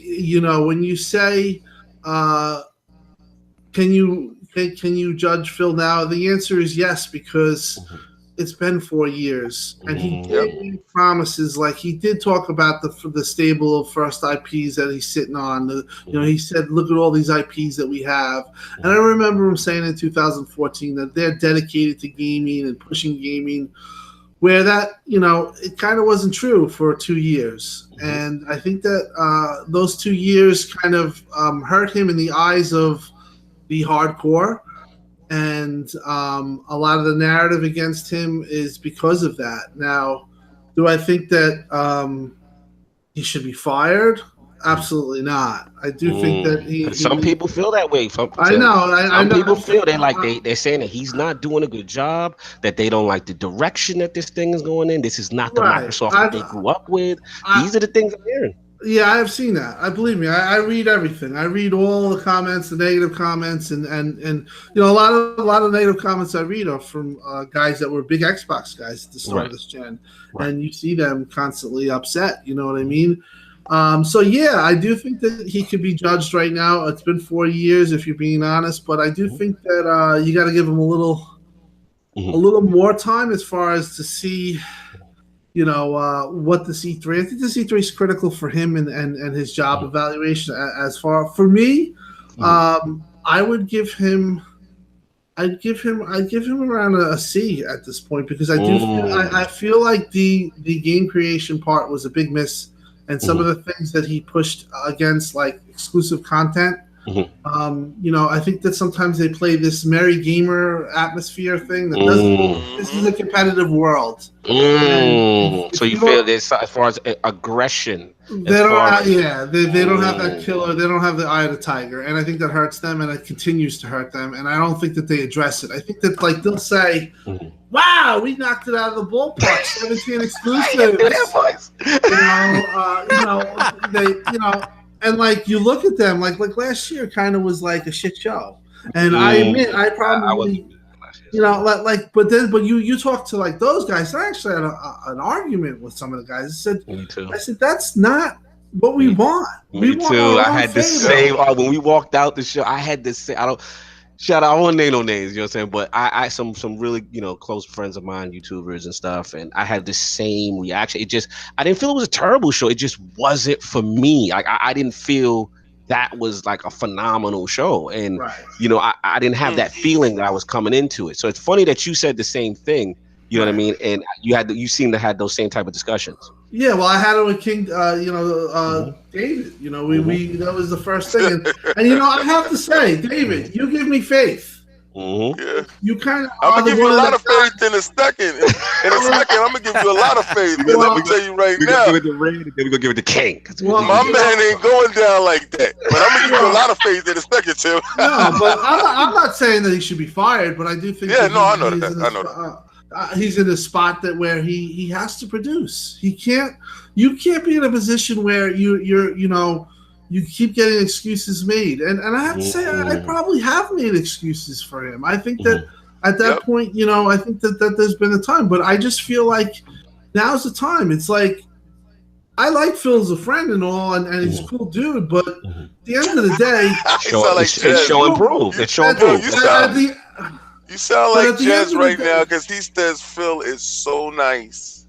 No, but at the end of the day, though, it is about what you could do for the fans. And that's where I care about the most. I care about the hardcore. I care about that. And if you turn a blind eye to them, I'm not going to make excuses for that. I'm not going to defend them on Twitter like I have, I mean, I'm just going to call it the way it is. At this point, it's shit or get off the ball. We got to get some kind of we got to get some tangible shit. We got to get some stuff where we can say, "Hey, I'm happy to be an Xbox fan." Right now, there's nothing where people could say they can't prop up shit, dude. And Sony fans can prop up everything. So saying that our chest is not out. Let me get a little rant on this because I'm very curious about him. As far as the whole, is this his last stand? Is the make or break mentality, as well as the part 2 to the question: when are we allowed to question Phil's leadership? Lorraine? Well, you're allowed to question his leadership whenever. Right now, years. I mean, it's like Tim. This isn't year 1. This is year 4. 4th year in the league. Yep. Look, I'm not really the I'm biased towards Phil. Let's go, baby. Talk your talk. I'll readily admit that. Let's Phil go. But the thing is, Phil's done a lot for me personally. He's a good dude. I love Phil. I have mad respect for Phil. I have mad respect for Mikey Barr. They've done things for me that they didn't have to do because they're friends. So it's I don't maybe not be seeing the picture with the like clarity because my well, you know what I mean. But I know. You see it with clarity, dude. You even got in trouble for being so. I know. You know what it is? You're in a tough spot right now, and this is a spot I don't want you in. This is a very tough spot. He's got to answer the question. Well, exactly, and don't hold his feet to the fire too hard on this part because, like he said, this is the round table. Listen, like he said, that is a friend. That is a friend, and those are friends out there, and yeah, you know, you can be as clear as you could possibly be without being as clear as you want to be. Oh my God! I've said this to Phil personally, so I'm just gonna repeat it. I told him that I felt I love the hardware. I thought they did a great job taking what was a piece of garbage and turning it into a diamond, right? I felt that I told him I loved the services of the system. I love like the focus on digital gifting, the digital self-service refunds, all that stuff on that side. The services, Game Pass, phenomenal.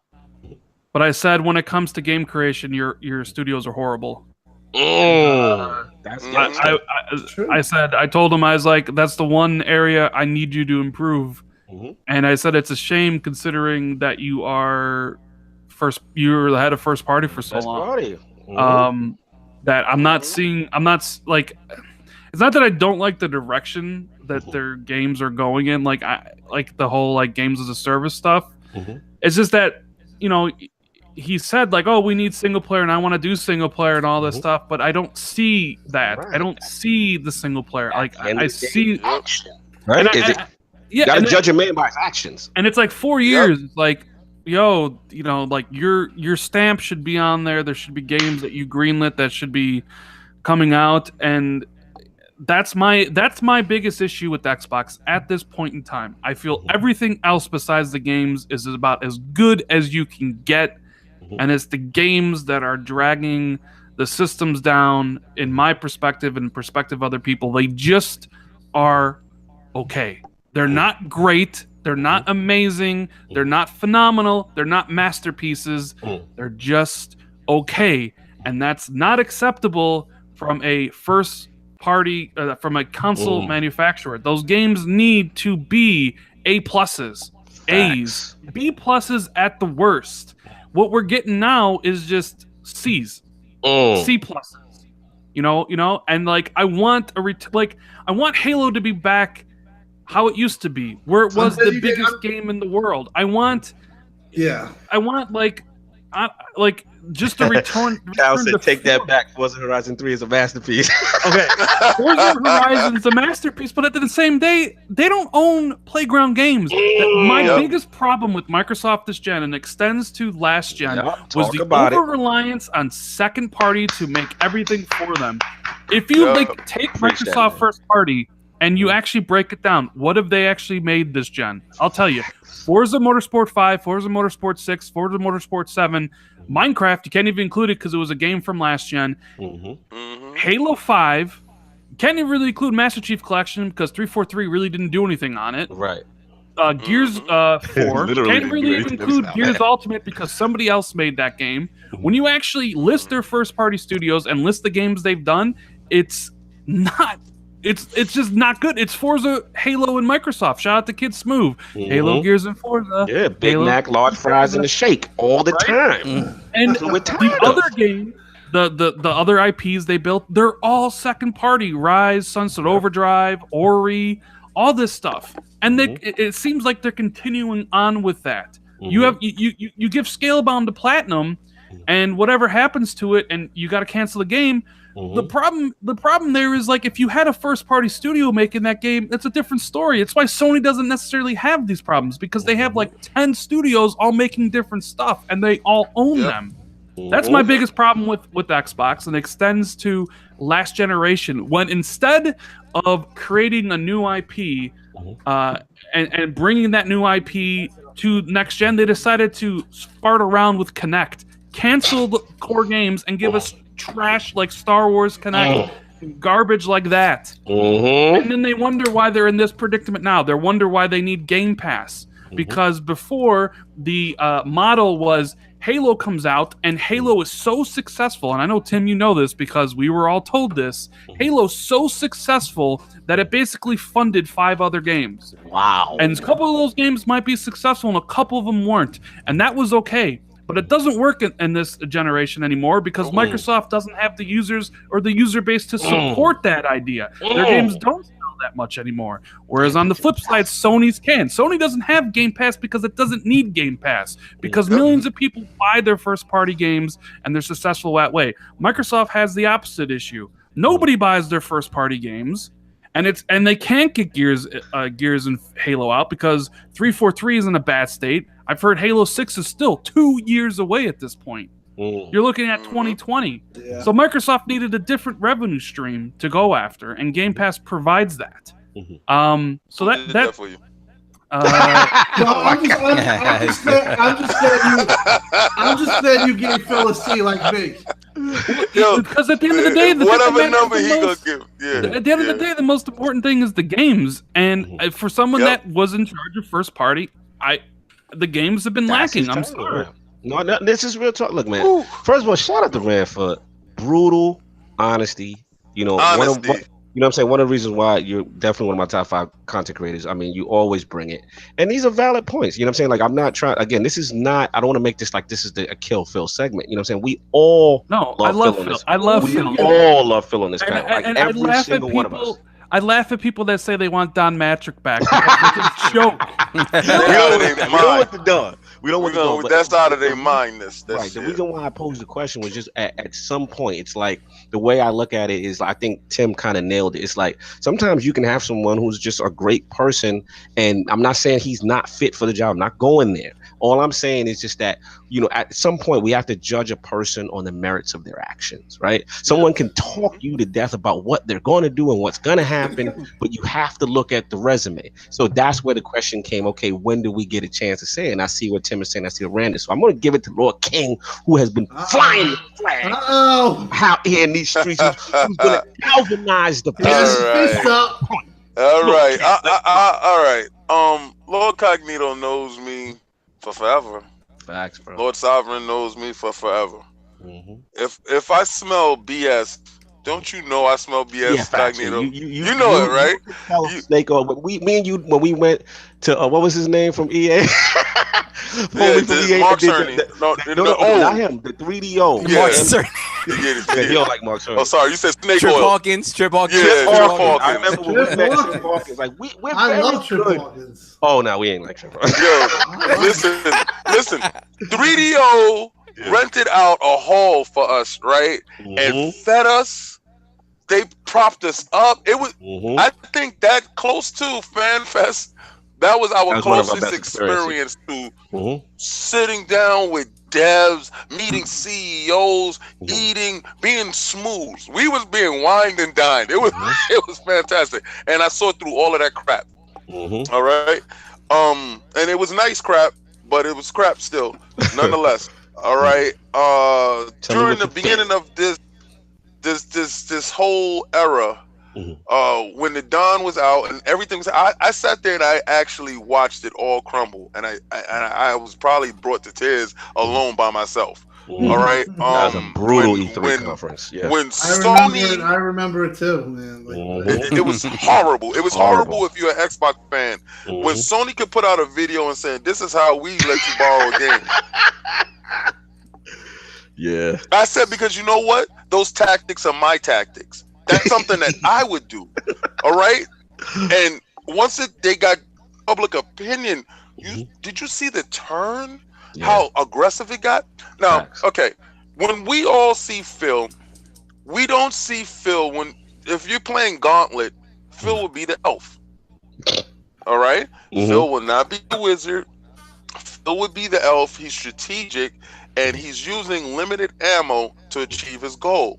He Mm. will not be the axe. He would not be the berserker. He would not be that brutish guy that we all want. I know y'all want a knockout. Y'all want something to come out the park, and y'all want to see We it. want And our y'all want to chests just out. see. We've been beaten down, King. You For wanna- 4 years. We've been beaten. This, and I understand this.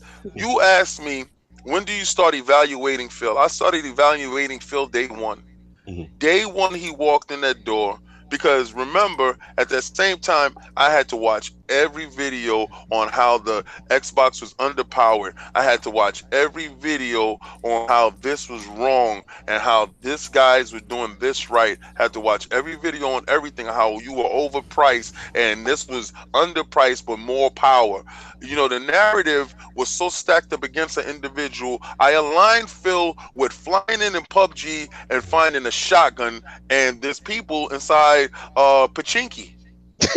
And he's actually working Pachinki with a shotgun. So now he got a scar.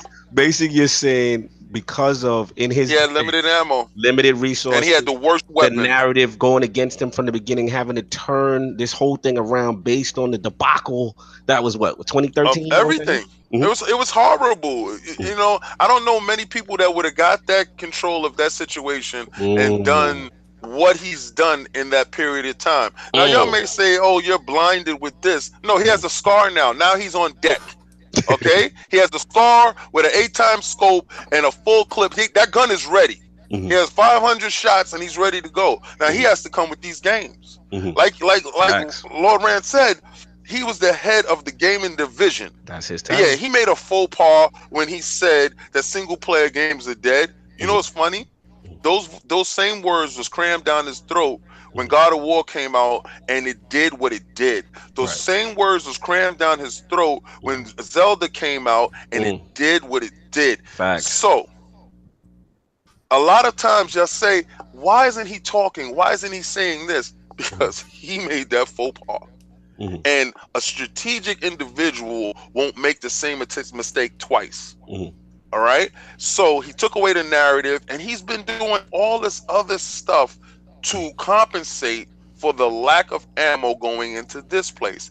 Like Lord Timdog said, and Lord Rand said, Halo funded other projects. They don't have that luxury anymore. So he had to find money in another place. And he find money in streaming and games from Game Pass. Okay. You find money inside putting games in the Windows Store. Okay. We're getting this. He changed the narrative from sales to streaming, views, and getting the mind share back. All right, engagement now is the key word, and everybody is saying like it's a nasty word, engagement. Well, this is what he has to use. All right, he's using engagement, baby, because he does not have sales. Okay, so engagement is what he's going to hold on to, and you always hold on to what you're strongest at. He's on deck. I wouldn't give him an A+ like y'all probably thought I would give him. No, hell no. Okay, hell's to the no. But I have faith in that he can achieve my highest thoughts of what he can be there. But I give him a B. Okay, he gets a B. He gets the B all right, from me. Cool. We got the all first right, he doesn't part get out. a B- and he doesn't get a B+. He gets a B, a straight B, for giving me that wonderful system that I have, that X, that actually produces the best multiplats on their system. Okay. And their first parties look really good. But as far as the games go, where are they, Phil? That now was my your next question. E3 is going to be solely based on these games, Phil. Like Jez says, I am Jez too. He's in me too.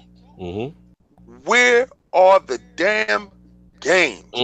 Let's go. Let's get to Preach. it. Where are they? Where are they? Where are they? And the point I want to finish with you, King, is that when do we say, okay, we're not satisfied? When do you get to that point? Because you're his biggest supporter.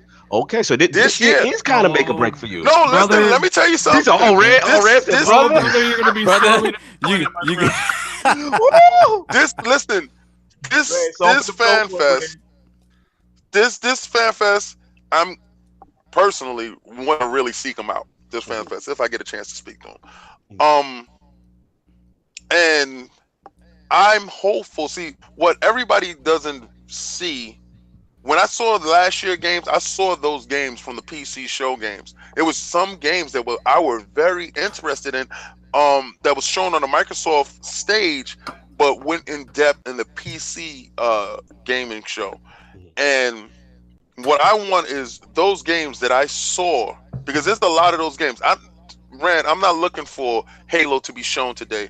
I'm not looking for the Gears to be shown today. I'm looking for those IPs, those games. You know, something that's going to get me, get those juices flowing to play these games. I don't need a Halo to say the validation for the system, because I know it's coming, and when it's cooked, it's cooked. But I want games to keep me from point A to point B. So that's where my thing is. Okay, fair enough. The Lord's Attic, man. Where you at, man? What Phil, the rating, and when do you reach that point? I think I want to say this year. Okay. But I feel like realistically, we're not going to see shit till next year. I got you. Okay. No, that's fair. That's honestly fair. You're saying wait to E3. Oh! I'm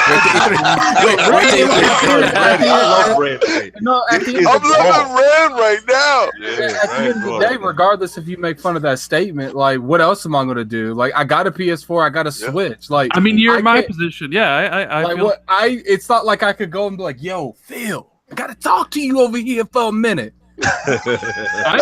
I've tried. I've spoken to people. I was like, "Gosh, show it."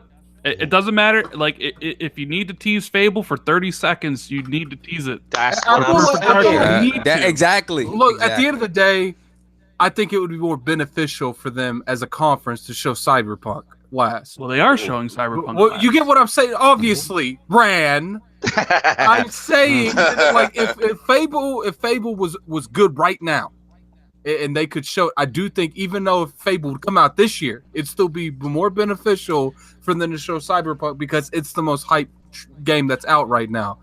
But that's not, then they open with Fable. Like, yeah, you know what they could do? You know what Microsoft could do? Take a page from Nintendo's book, throw up a JPEG of Fable 4. Of Fable 4, that's all. That's all they gotta I'm do. with you so much. I would be okay. That's with all they need.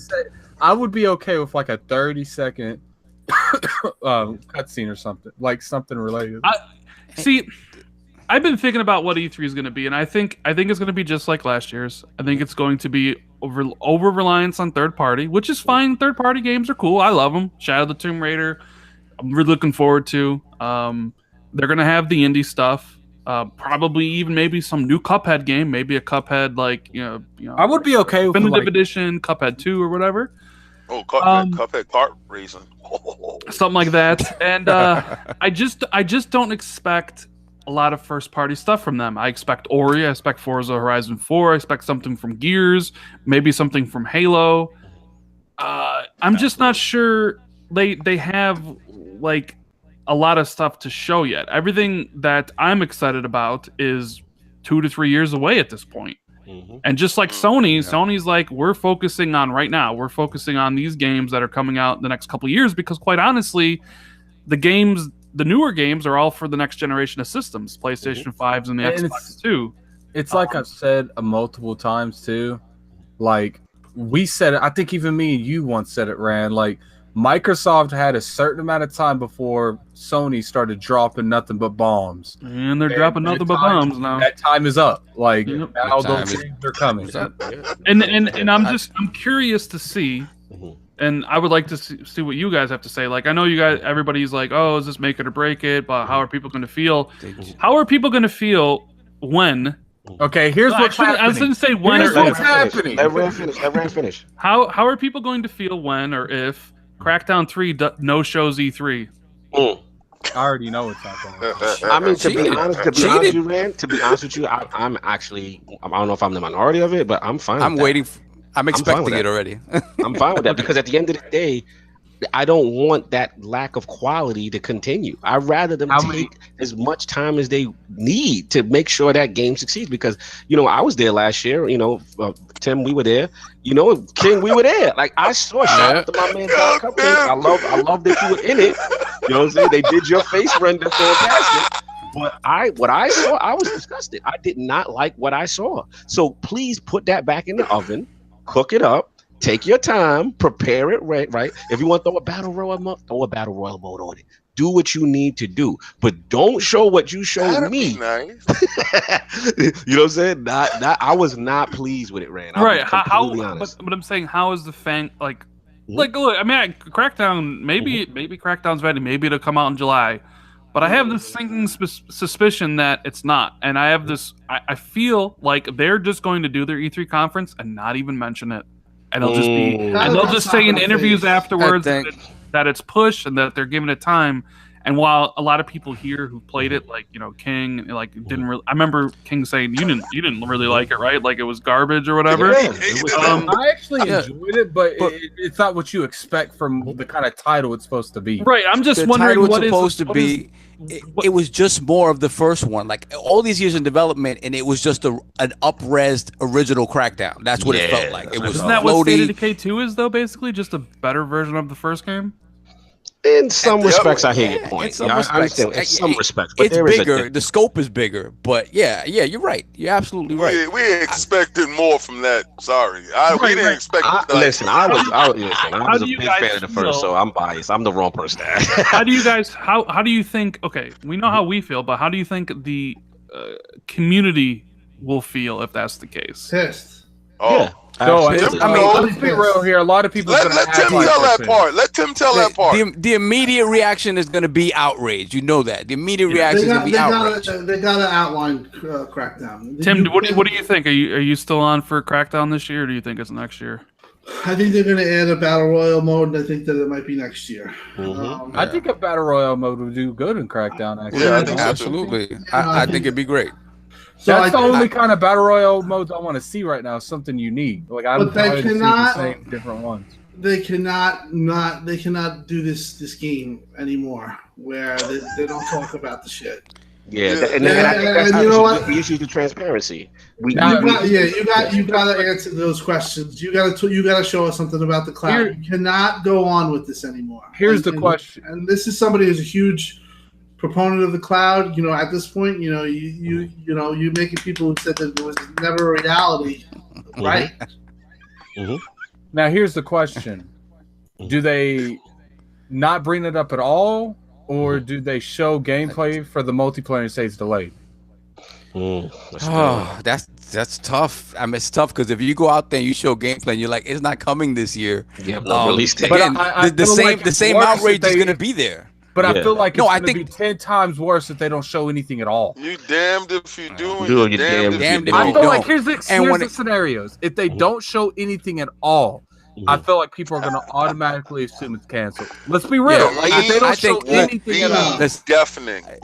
with this game, until it's in people's hands, the narrative's going to be negative. Period. I don't care how if it comes out this year. Until it's in people's hands, it's going to be negative. So I think they just need to ride it out. Like if you look at Last Guardian. Last Guardian came out and it was fine. It wasn't like this revolutionary thing. But 10 years out, it came out. I think the key for this game is for it to come out and to be in a better state than it was when we saw it. And I think that's it. Here's another question I have for you guys. Do you think that if it came out and the multiplayer did exactly what they promised, then it was exactly what they said? God. You think that is the image of the game? I think it helps, absolutely. Yes. 100%. Yeah, well, that's what it was sold on. See, the thing what happened with that game is that was sold on the cloud and multiplayer aspect, and then they showed the single player tacked on bullshit. And everyone was like, "What the hell is this?" Like the single player. I think they didn't do anything to expand on the mechanics of the first game. Like there's nothing different, nothing different. So it was that multiplayer that had people excited. Well, yeah, it did. It definitely did. But you remember that whole thing. You're as good as the dev going in. You got Sumo Digital. They're not a huge AAA developer. Right. They're gonna just make a game that's kind of bare minimum. But I don't think the single player is gonna set anybody on fire with that game. But I do think that if they are delaying and they're in a battle royal mode with that, it needs to be done. But they definitely have to show the shit. They have to talk about it. And if they don't, they have to get bashed because it's we've been quiet. Phil answer all the questions, but then you ask him about Crackdown and nobody answers anything. They looking at you sideways. Phil literally answer like 40 questions, and then someone bring up Crackdown and be like, "Oh, look, I didn't see that." And just move along. Yo, y'all savage with Crackdown right now. Yes.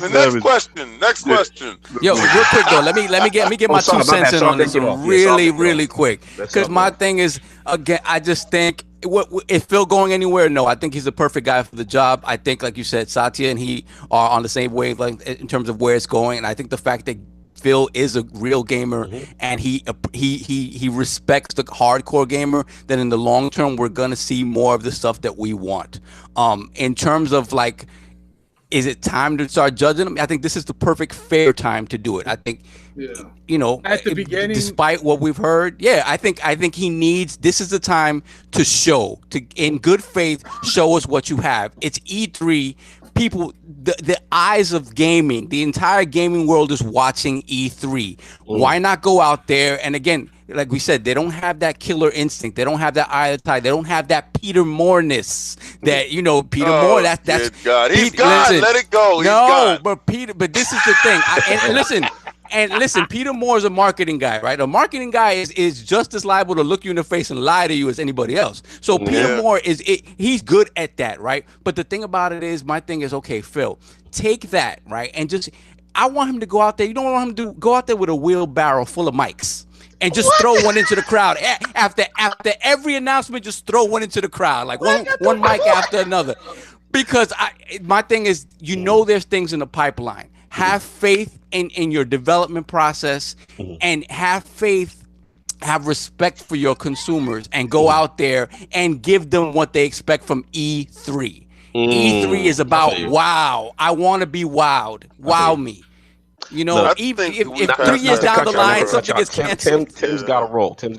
I want to get him out of here. Tim, I know you got to roll, man. Thank you for rocking so long, man. Awesome really stuff, man. This is really. I hate to leave, but my wife is actually going crazy because we gotta go out with the daughter and stuff. But I have to say, man, this was fun, man. This was absolutely real fun. Man. I don't even want to pleasure. leave. And I heard somebody's coming back. I see you Saturday. All right, Saturday. Hopefully I'll pick you up. I want to talk to Jeremy. We'll definitely. I'll call you. Jeremy. Oh. Shout out to Lord Downer. So just to reiterate, what are the scores? All right, so David's a B, Rand a C, Timdog a C. I'll give him a C plus. No, you gave him a C. There's no plus. pluses. No. I'll give him the plus. All right. The plus for the fact that everything else. He wants to know what your rating was. I want the ratings. I have to give it a C too, just because he's doing everything right, but he's not doing the thing people. But he's missing the meat. And Lord Cognito. Yeah, this is tough. Great guy. I love Phil, but he's a C. He's a C right now. Yeah, I agree. It makes me good. If he announces a fable, it don't even matter if it's next year or the year after. The moment that fable drops, like Alex said, like if he has a strong E3, you know what I'm saying? And I know Rand is not giving me a lot of confidence. But if he has a strong E3, man, this can change perception. Man, it can really do something for him. Because to me, this is his E3. This one, you know what I mean? Like he's got the box, and now just show those games, man. Just show them and break. I don't care. Just break protocol. Just show something that may be a year away. You can throw a splash screen. You can throw a JPEG. You can just show a cinematic. Something, what you call it, a Master Chief in a poncho. Show something that gives me hope that, okay, y'all working on this. You know what I mean? Because as much as we clown Sony, that is something they do well. They know how to galvanize their base with those kind of cinematic presentations, and there's a hope for the future. That's all I need. Yes, look at 2016. Look at how they nailed it, and then even so, look at how it worked out. Nobody's complaining that they're going to do a deep dive on games they already announced. So you got the template there. Just do the same thing. Yep. But thanks, guys, for having me. I will see all you Saturday. See where the guys going, and what a show! All right, man. Have a good one. Saturday, brother. All right, Timmy. So we'll move on to the last couple of joints, and this is the drop the mic, man.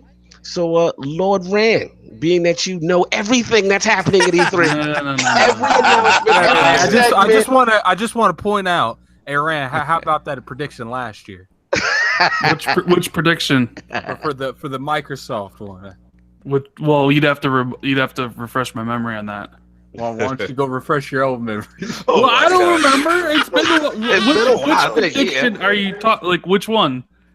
No, your prediction for E3 for Microsoft last year. That video you made. And was I?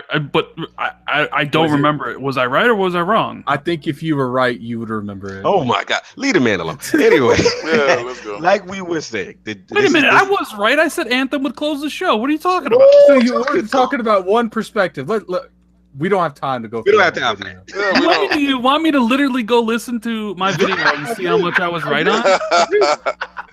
Let's get into it, man. The drop the mic segment. Lord Rand, what would be that drop the mic kill it moment for you personally that Microsoft could do to win E3? Well, okay, I'll keep this game related because Phil could come out there and be like, by the way, Xbox Live Gold doesn't exist, multiplayer's free. Drop the mic. So that probably won't happen. But for me personally, gets up on stage and be like, I've heard your cries, heard your tears, and we're partnering up with food too.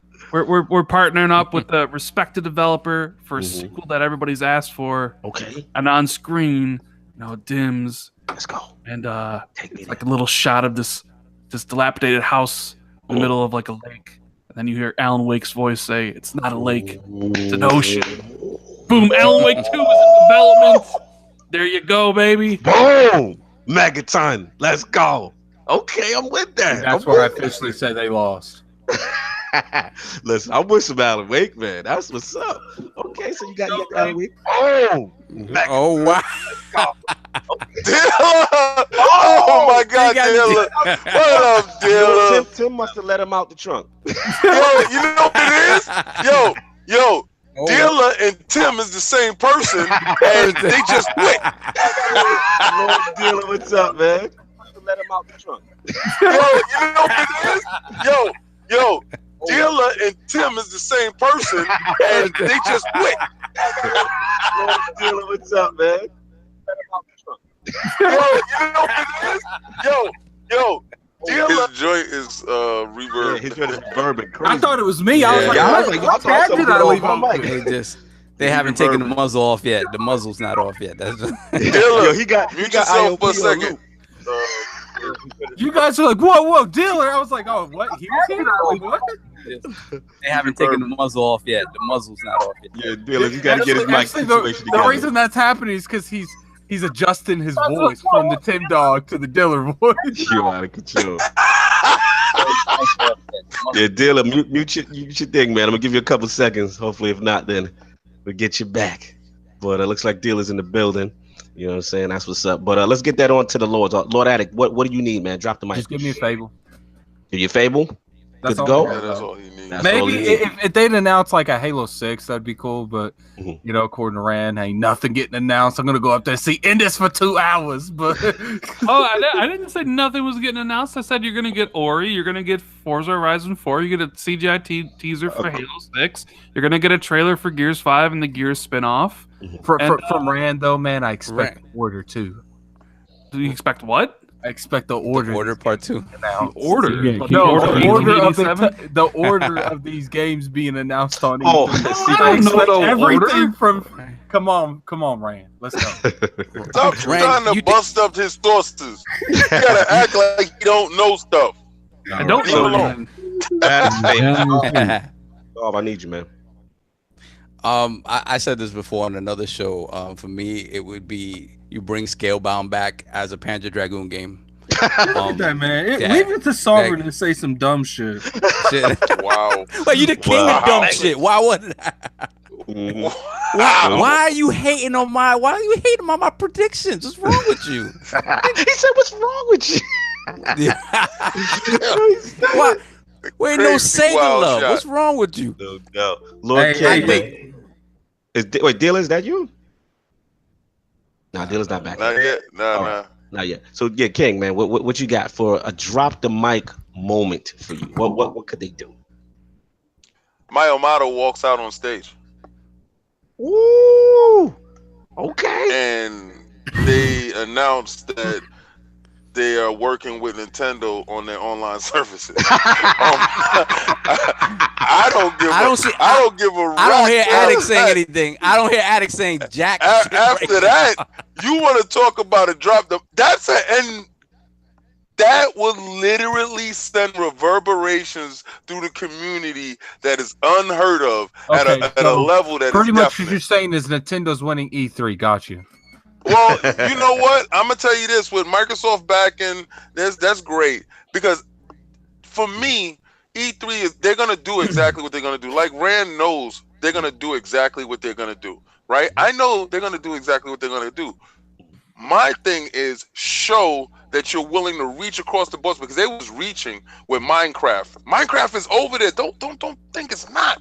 You know they've been playing nice with these guys. Just make that deal. I want them to close a deal, man. Close a deal already. Okay, they close the damn deal. You're stupid. Hey, I hear you, man. Yeah, I mean, this is I think mic drop. Wow, I think it's just simple for me, man. They were just trying to talk. Oh, Dylan, I'm sorry. You there? He's been. Can you guys hear me at all? Now, there we there we go. Yeah. There we go. Fresh out. He had to adjust that voice analyzer. Am I clearly audible now? You are clearly audible. Yeah, Just in you're time. clearly audible. 2 hour late intro. I just hooked myself up with a a new mic and stuff. Never used it before, so No, that's cool, man. You sound fine. I'm trying to figure it out. So sorry once again, power No worries. issues and a big storm worries. last night. Cat got stuck on the roof. The whole 9 yards. So. We still gonna get that intro. I want to introduce a Lord who, in my opinion, is one of the top 5 content creators in the game. Despite his stature in the community, this Lord is extremely approachable, and his daily content always exemplifies unique perspective and technical savvy, all done with that trademark humor. Introducing the creator and host of the RDX podcast, King the David. real deal in these Xbox streets, an exposer of frauds with misinformation, the Reaper of Gaming, fresh out the trunk, making his return to the realm of the Lords. My man, Lord Dealer Gaming. What's going on, baby?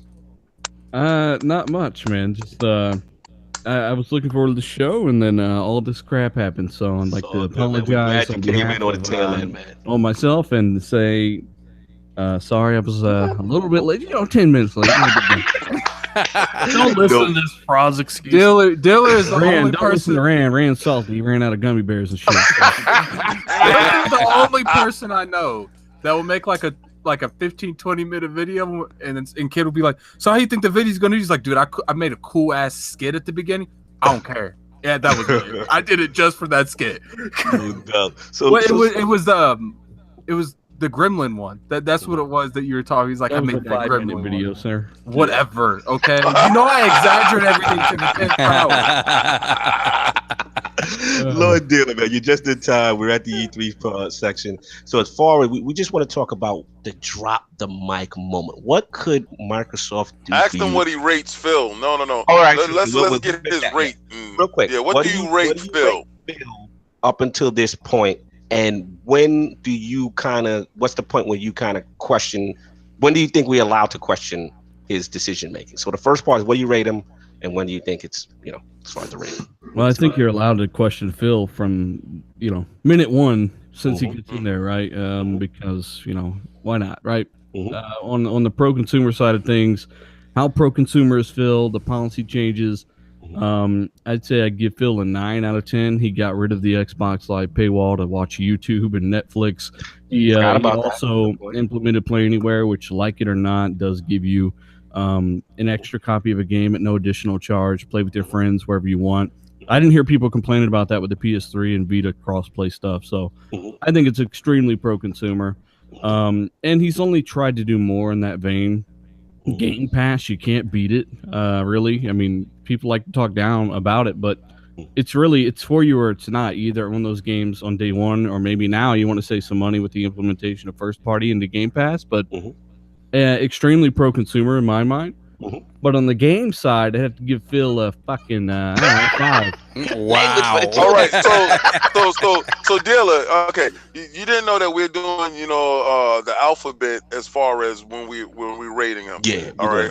We weren't giving them a numerical number, but we're doing an alphabetical number. Yeah. Yeah. Okay. So I didn't want to bother your roll. You was on a roll. So you want me to give him like a C then probably? Right. All right. Yeah. So you're in the C range. Right now, yeah. Everyone But keep in mind, we're like less, like I'm a little over a week from E3, so that could change, but I don't feel like it will this year. Okay. These are great answers. And now let's speed this up to where we're at now, which is the whole E3 and that like drop the mic moment. What can they do for you, Lord Dale, that could just boom, like that will kill the show for you? Well, like many of you, I do not pretend like third-party games don't exist, so I am excited for a lot of stuff. I said it forever ago on Xbox Nation, expect like a lull for like a year and a half, 2 years after the X comes out, where you're not going to be getting too many games. Like, it's just how things are going to be. They're going to rely on third-party to fill in that gap, and I'm excited for a lot of stuff they're probably going to show, like Shadow of the Tomb Raider and Cyberpunk and Anthem, and Metro comes out early next year, But first party wise, I just don't see him doing too much this year, honestly. I mean, realistic. After talking to Rand, I'm like, Crackdown's fucking 2019. Great. Hey, why are you putting this on me? What the hell? Because we acted like Rand is ASAP Rocky. He's snitching. Well, you gotta understand too. Rand's got the fucking cheat sheets too. So don't even watch Rand's predictions video because motherfucker's looking at all the grades and the answers right there. So I know, right? I don't know, man. It's a little disappointing, but it sucks that it is what I thought it would be. Just a lull for a year and a half, 2 years, and you know what I'm saying. You got to deal with it. But at the same time, man, I'm seriously no damage control because we all like God of War, right? God of War was fire. Yep. We want games like that, first parties like that have a lot of polish, 5 years of development, and a big budget. But at the same time, we're all having a great time playing third parties too. So I'm still looking forward to seeing those third party games. I think they're both very important. You know what sucks? Is that Crackdown does come out this year. Everybody's just dealers gonna come at me and be like, "You're a fraud." Yep. and then if I was right, if that happens, you want to do a collaboration video? No, because if everything I predicted turns out to be right, I'm an asshole. But if I turn out to be wrong, I'm a fraud. So I can't win. You can't win. Hashtag blame Rand. It's the hashtag blame Rand. So blame Rand. I'm just saying, you always have a little inside scoop on some stuff. Wow, what if they feeding him false information? Yeah, they're checking out and seeing who the snake is. I know, right? They doing it. They doing it like how Marvel does the movies. They put out false information just to see. They got a false script. Rand's over there reading every one of them. You read the false.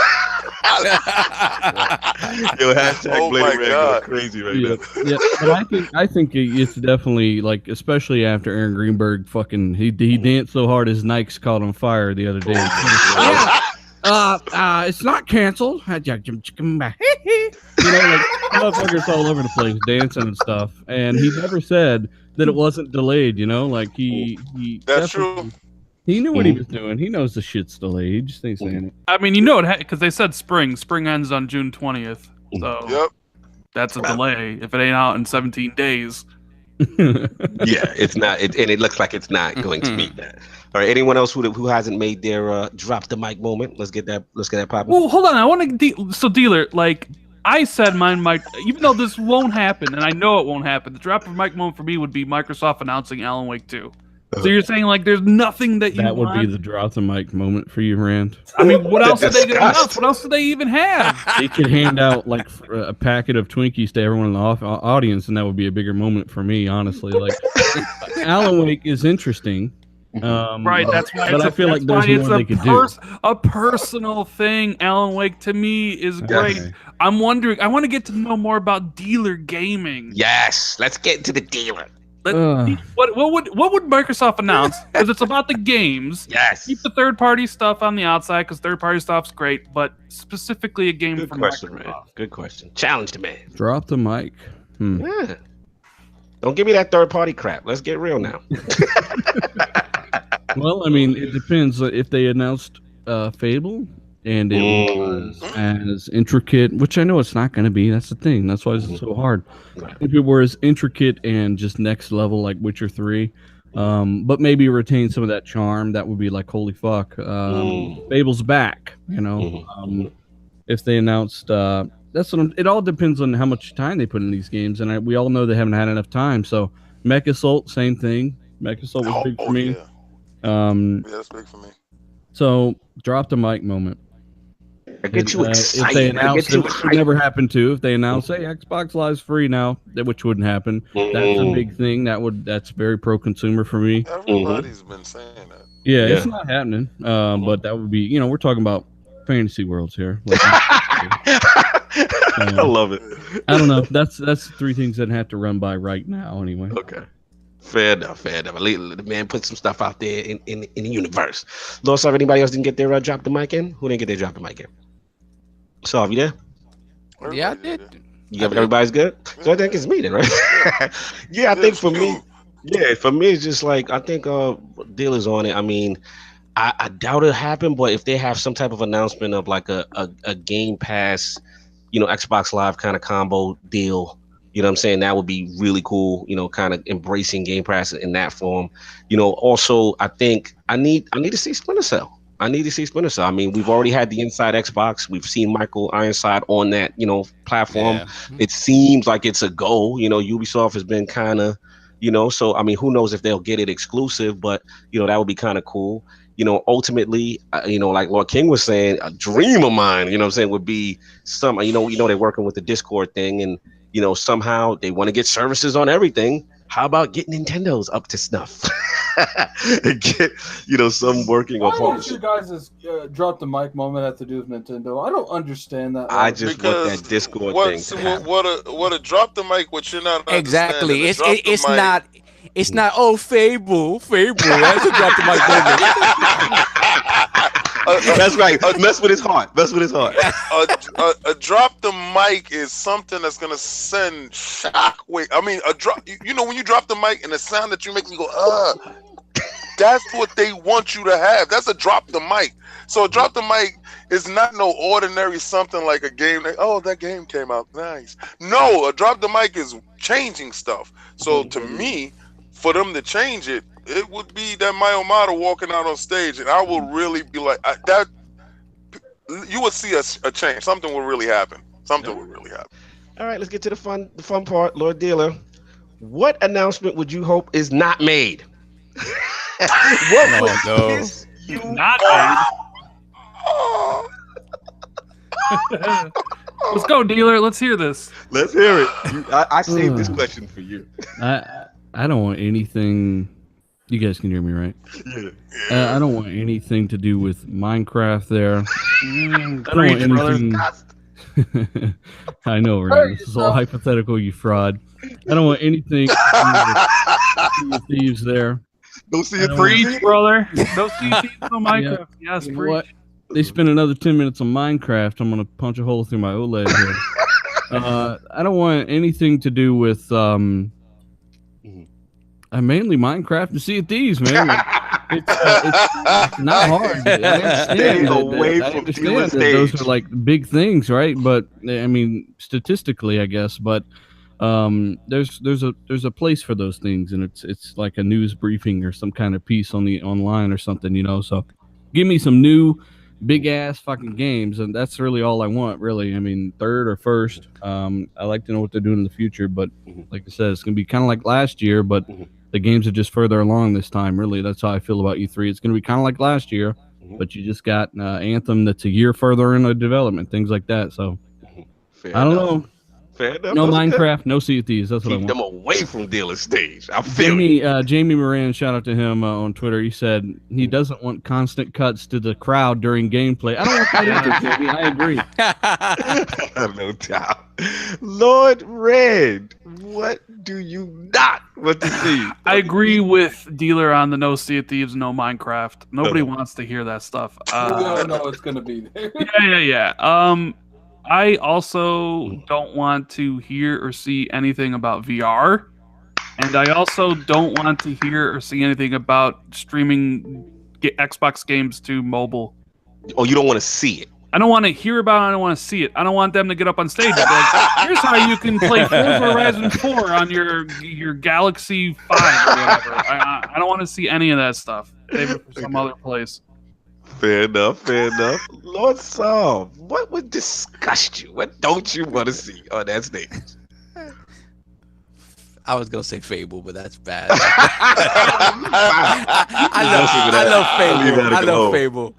love Fable. No, I don't want to see a car on stage again. Man. No, I don't want to see any of that. You don't want to come down from the ceiling again. I don't want any awkward fake interaction gameplay demos with people I call like Sea of Thieves was it last year before. Like these guys are like, these fake interactions they're having. Don't do any of that. Just somebody play Bob. the game. Hey, what's going on? Hey, Bob, he's how on you your doing over here? He's on your 6. He's on your 6. Hey, you see over there? While we're here, I can teach you how to play this game. None of that. Yo, Fonzarelli said Halo 6 star unlocked. Yo, you foul, Fonz. Wow. Continue, Yeah, son. right. That's the main thing. You don't want to see Yeah, no that cars, was it. no cars and no fake demos. Just play the game. That's it. Shout out to Cal. You don't want to see any dances, no music artists on stage. Y'all yeah, definitely. No Pele. I don't want to see no Pele, no doubt. Lord Addict, this gonna be funny. What don't you want to see on Microsoft stage? Well, first off, I don't want to see Nintendo on Microsoft stage because I feel like that defeats the purpose. Let Nintendo announce that shit. I don't want to see any cringeworthy announcement moments. I don't want to see any cars. I don't want to see Minecraft. I don't want to see. Technically, I don't even want to see State of Decay. I don't want to see any kind of statistics on hardware. I don't want to see no engagement numbers. No engagement numbers. You don't want to see anything, man. What's going on? Oh, just because I attacked your precious Nintendo dream. No, I don't want to see. No, I don't hear care. that I don't nonsense. care about that stuff. Listen, Spotlight. I just want to see. I like a good middle ground. Some companies like to go from game to game, and then some companies like to have a lot of talking and then go into the game. I want like a minimum amount of talking, get the point across, then go to the game. I don't want like this couch moment that I think PS4 is about to do and just talk about a game for 30 minutes. I want just a good, a good pacing from game to game. But 2 hours long, there's not going to be good pacing. I can almost guarantee you. 2 hours. You know what's funny? You said I'm just jumping real quick, King, on you before you go, King. I agree with Addict in this sense. Like we all know that, at least I feel that the Daryl Gallagher announcement is going to be made, but I don't want to see him on stage just sitting there talking if he ain't got nothing to present. You know what I mean? Like that's my thing. We know that they're investing in first party. I'm cool with that. But like Lord, I need the pacing of the show to be games. And my other thing is, no VR, please. Yeah, please with the VR. You know what I'm saying? Like get that out of there. And no mixer streamers either. Yeah, like keep that mixer stuff out there. Keep that for the for Larry's show. When Larry does his daily. And I don't want it. Like I don't mind one trailer of indie games spotlights, but I don't want to see like 3. But you don't want what Addict? You don't want the sizzle trailer though? You don't want the no, I don't mind one, but like last year it felt like they had like 3 of them, man. Like it felt like that was because a good amount. I got one, y'all. I don't want no fake verbiage inside console exclusive. Oh, you know that's Oh God, you know that's no coming. fake verbiage. Sorry, if that's it's there. exclusive, That's or is there, that- bro. It's in place. First It's in look, place right now. first look at I mean, none of that. hey, we have to confirm. Rand, is there going to be any of that there? Wow. I don't know Wow. anything. I don't know anything. Okay? I've said this before. Like, call it- I'm not an insider. I don't have these things. They just So, hit Red with the snitch just title all day whatever today. tells you about Yeah, me. they just ripping my man up. I just What be the messing hell? with you, Rand, man. You're my favorite people, man. I'm But just be can messing y'all with agree you. with the verbiage? It'd be a little bit too much, dealer. Like with all the No. different. Come on.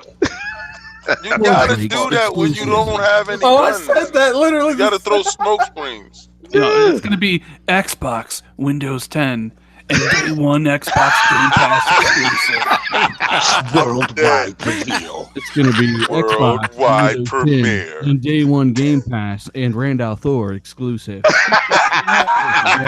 Hey, do we even know if the show's 2 hours long? Because I'm pretty sure it's not. I heard it was They said 2 two, right? No, they Yeah, just they said blocked. two. They just blocked off the schedule for 2 hours. Doesn't mean the conference is 2 hours. I'm pretty sure it's not. Okay, Oh, fair enough. Lord King. Your video title did not say that.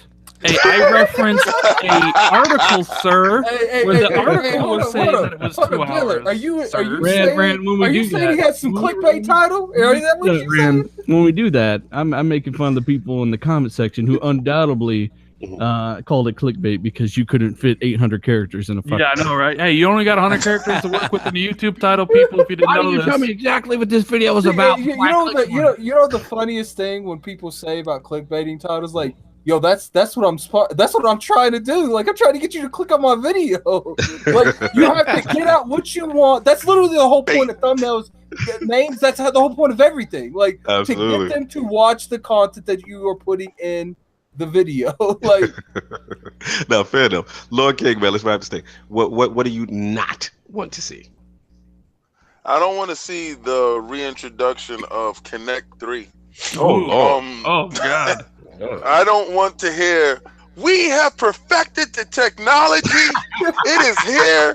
The Xbox One X has taken control of this power. I don't want to hear that. And that's it. You can do whatever you want to do. Just don't bring that Connect back. they're gonna do that Connect 3, and they're gonna be sitting like, oh man, it's like, now we're gonna demonstrate a game, and Rand comes out there and demonstrates a game. Connect 3 tied to Fight Night. Oh God, I would die right there on the spot. No, I would die on the spot. I would literally die on the spot. I would die on the You spot. wouldn't even get a play because you died of a heart attack. No doubt. Yeah, let's kill this thing, man. We went crazy long today. Dealer, I'm just going to give you an exclusive. This is just straight for Dealer because he missed a lot. But future of Microsoft is the last topic. We got to get out of here. This is strictly for you. Like, how do you feel they handle, the transition and possible release date in reference to the next platform? The next Xbox? Yeah, man. Well, for sure they gotta be as cheaper. They gotta come out at the same time or sooner, and they've got to have the same or better hardware. And even if they buy the same chip, right? Yeah. They could still invest money in superior cooling design to upclock the chip, right? There's all kinds of stuff they could do. So they got to have all of those things, I believe. And I don't know if you watched my PS5 2021 clip, because a lot of people even Red Dragon came out and said Sony did not say 2021, right? Yep. Now, according to the Wall Street Journal, he did say 2021.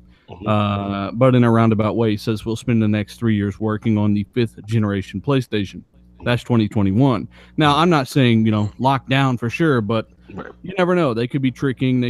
That's an investors meeting. They can't lie to their investors like that. So the whole point of that meeting was to say, hey, we're crouching down for 3 years. Don't sell your stock. You'll regret it.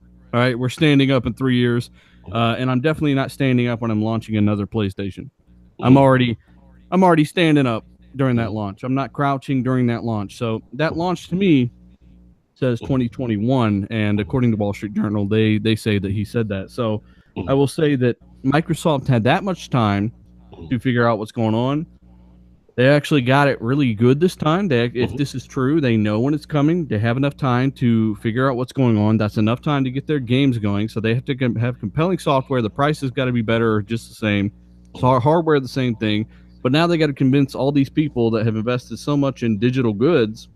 Like you got people that bought thousands of dollars worth of PS4 digital games, right? For the first time ever. That's like me leaving behind. Like, you imagine how much Sony would have to do to convince me to leave behind my 500 games? Yeah, backward, them not even trying to have backward compatibility would be an issue. Well, they will have it this time, right? And the PS4 games will be playable, and that's what I tell these PlayStation guys. Like, you better not be excited about playing your PS4 games on your PS5, though, because this whole time you didn't care about the old games and the back-to-back stuff. So you definitely want to end up that way, but at the end of the day, Microsoft would have to do all that, but that's where it gets complicated, is because unlike the previous generations, you got all this digital stuff that's going to come with you forever. Think of it like Steam. It's not going anywhere. PS4 games will be playable on the PS6, and you got to convince those guys to leave thousands of dollars worth of games behind and come over to the other platforms. So that means you got to do a lot. I mean, I don't even know what all they could do to convince the hardcore. I don't think they ever will be able to convince the crazy hardcore PlayStation guys to leave and come over to Xbox. But for the casual, you've got to be, the price is the biggest thing for the casual. So they just got to nail that. I don't think they're going to be behind in power again either. So it'll be interesting to see what they do. But 2021 is plenty of time to figure out that hardware, thanks to AMD roadmaps that are already out. I mean, you're going to have, they already know what they're doing. And when it comes to the time frame, that should be enough time for them to get those new games out, right, Rand? You think that's more than enough time? 2021. They should add that that's stuff. what I've been saying. Like, all this stuff is all in preparation for the next hardware cycle, which is in 2 to 3 years. Which is why I don't expect them to show anything this year, because it's too far away, and it's for the next generation of consoles. I mean, that makes sense, and I see where you're coming from. But historically, at least on Sony's side, they've showed stuff right at the end of the generation. No, they didn't. Last of Us came out in 2013, and that was a year off, or the same year. Right, but I mean, like, Sony wasn't showing PS4 games until that year when they announced the PS4. Yeah, that's true. That's which is exactly what they didn't halt production on IPs. That's because of PS4. Well, right, and that's the difference Microsoft didn't do. Like, they went with Kinect and Kinect games instead of making newer IPs and franchises at the end of last gen. And that makes it hard to predict everything, because Microsoft were in a flux. That whole back half there, Don Magic's like, no, they want board games, and everyone else like, no, they want regular games, and no one knew what was going on. There's a big transition, and then Phil gets transitioned up again, and then Matt Booty's in. It's been a whole, But the question, Dealer, I have for you, Rand, is that, do you think they can afford for Sony to drop first? No, at this stage. Microsoft has to be first, or a bare minimum the same year. Exactly. Considerably more powerful. Maybe they can get away with it. Maybe. Gotcha. They cannot launch later and more expensive, even if they are more powerful. We've seen how that story goes. Exactly. And while the X has destroyed the PS4 Pro in sales, comparatively, the two iterative upgrades, the Xbox guys, and I've always said this too, have had more of a reason to buy the new iterative upgrade than the PS4 guys have, because you've generally had pretty stable resolutions on the PlayStation, whereas if you're coming from an X1S, I mean, this is a pretty big, massive jump. Right, absolutely. Absolutely. Yeah, because the difference between a PlayStation Pro and a stock PlayStation is very minimum. Yeah, and a lot of that's Sony's fault, right, David? Because they just haven't put in the RAM to give you the better textures and stuff like the X can do. Exactly. Yep. Absolutely. Exactly. It's a big upgrade. I tell everybody all the time, make sure that you get an X if you can afford an X. You know, because if you're playing on Xbox, that's really probably the only way to play right now. Everybody's got what they got in for the future. We're gonna wrap this thing up, man. But shout out to Timdog coming through in the realm. You know what I'm saying? The X. You know what I'm saying? Yeah, Tim was here, man. We was rocking. No, the running gag is. The running gag is you and Timdog are the same exact person. Tim left, and I swear 5 minutes later, you popped up Okay, so and then you was having issues with your mic, so they said that you were getting your voice in. Nobody's so you're actually Tim in the same place at the same time, you know. I think you called me. I saw some notification from it, so I had to look at that again. But it's all good, man. Shout out to Tim. Shout out to Tim that came through, man. Tremendous love. And of course, shout out to Lord Rand in the building. Xbox Mafioso style, the Don himself. Where can the fine people find you, and what do you have cooking up, man? People can find me on the YouTube channel, youtube.com/RandallThor19. As for what I got coming up, I don't know. I really haven't any videos planned. I'll just play that stuff by ear, but I'm sure we'll be, me and Jazz, since Jazz isn't going to E3 this year, and neither am I. Oh, imagine two of that coming. Dang. We'll be doing probably a reaction show to Xbox after the conference is over, and who knows what else. I'm greatly looking forward to next week. It's like Christmas for me. Yeah, nice. Absolutely. I'm sure I'll be pumping out a lot of videos, so check me out there. No doubt. Absolute pleasure, man. Love what you guys are doing. And of course, Lord Dealer, the Dawn of the RDX mob family. What's going on, man? Introducing. I told you, it's that introducing. Notice he said that one and nothing else. You notice that's what resonates. Introducing. Lord Dealer, man. Where can the fine people find you, and what do you have cooking up, man? Well, you can find me on Match.com. Tinder. Swipe right, y'all. Swipe right. David said, yes. Christian Mingles. Christian Well, I don't know. I'm on FarmersOnly.com. I don't know what you guys are talking about. Hey, yo, that's the real thing too. Y'all, you better not. Yeah, you can definitely find me at Dealer Gaming here on YouTube, at Dealer Gaming on Twitter, where we're just doing a BioShock collection giveaway with my buddy Cognito there. Fantastic games, by the way. I don't hear people talking about this remaster or remake, rather, because it's so good. It takes some of the best games of all time and makes them even better. So we're doing a giveaway there on Twitter. So if you haven't checked that out, check that out. And once again, just sorry for being late and having the issues I've had. All good, man. You got the man lost power. You gotta cut him slack for that, man. He's here, man. He came. He came through, man. We were just appreciative to have you. Huge fan of what you guys are doing at RDX. Shout out to the crew, Batch. You got Shady, Fonz, Fraudarelli. We saw him in the chat earlier. Right. Also, man, shout out to Jazz, man. Jazz makes me laugh. He is so funny on Xbox too, man. I love what you guys are doing. That's cool. So let's get the outros going on. Lord Addict, man, what's going on with you, man? What we got cooking up? Any difficult games to conquer? What we got? Probably gonna stream Neo today or Noah. I know someone in the comment section will correct me about 30 times. But feel free to do that. You can do it in the comment section too. No doubt. I do want to thank Diller, Ran, and Beast Timdog. We always be cracking jokes on each other, and it's nice to get everyone in the same. Absolutely. Well, not everyone in the same. Diller is Timdog. So. Conspiracy theory. So, really, would that mean I can make a fraud video on you if you pretend to be another person? Exposed. Yeah, if you want to go down that route, we've seen how these man watcher channels have died over the years. I appreciate everyone for coming out, especially Rand. Rand knows everything, Rand. Yeah. Let's throw away the blame, Rand, and just say Rand knows everything. So his entire prediction video, expect all of that. How? No. And if it doesn't happen, attack Rand personally at Rand. This is what I was missing. I was missing our right hand. This is what I needed, that Dealer, man. Prediction video. Hey, Dealer, you realize people say that me and you have same personalities, don't you? Well, they're really, really, really wrong. Way funnier. If you have any issues, forward them to Dealer. Forward them to Rand at Rand_wrongpredictions at twitter.gmail. Lord, so- They're just predictions, people. Like, there's a reason they're called predictions. So if they're wrong, they're wrong. It's not a big deal. Lord, right. soft, Yeah, AKA you Of course, got a massive bet, and you bet the dogs and the kids and shit on it. Well, that's like my dude Kid Smoothie. I think he's got some bets with Bond he's gonna lose. Yeah, he Oh got some my bets going on. I God. know it's not good. Let's talk about the list there, King David. No, we're not gonna talk about that. There ain't no list, man. Get out of here. We not gonna Stop it, Spotlight.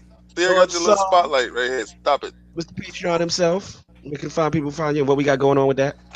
We got what do we have going on with that? We should People can probably find do me that. on Twitter. Well, we're gonna finish out everybody's outro, and then we'll do that. Yeah, they will do it. That's right. Sure.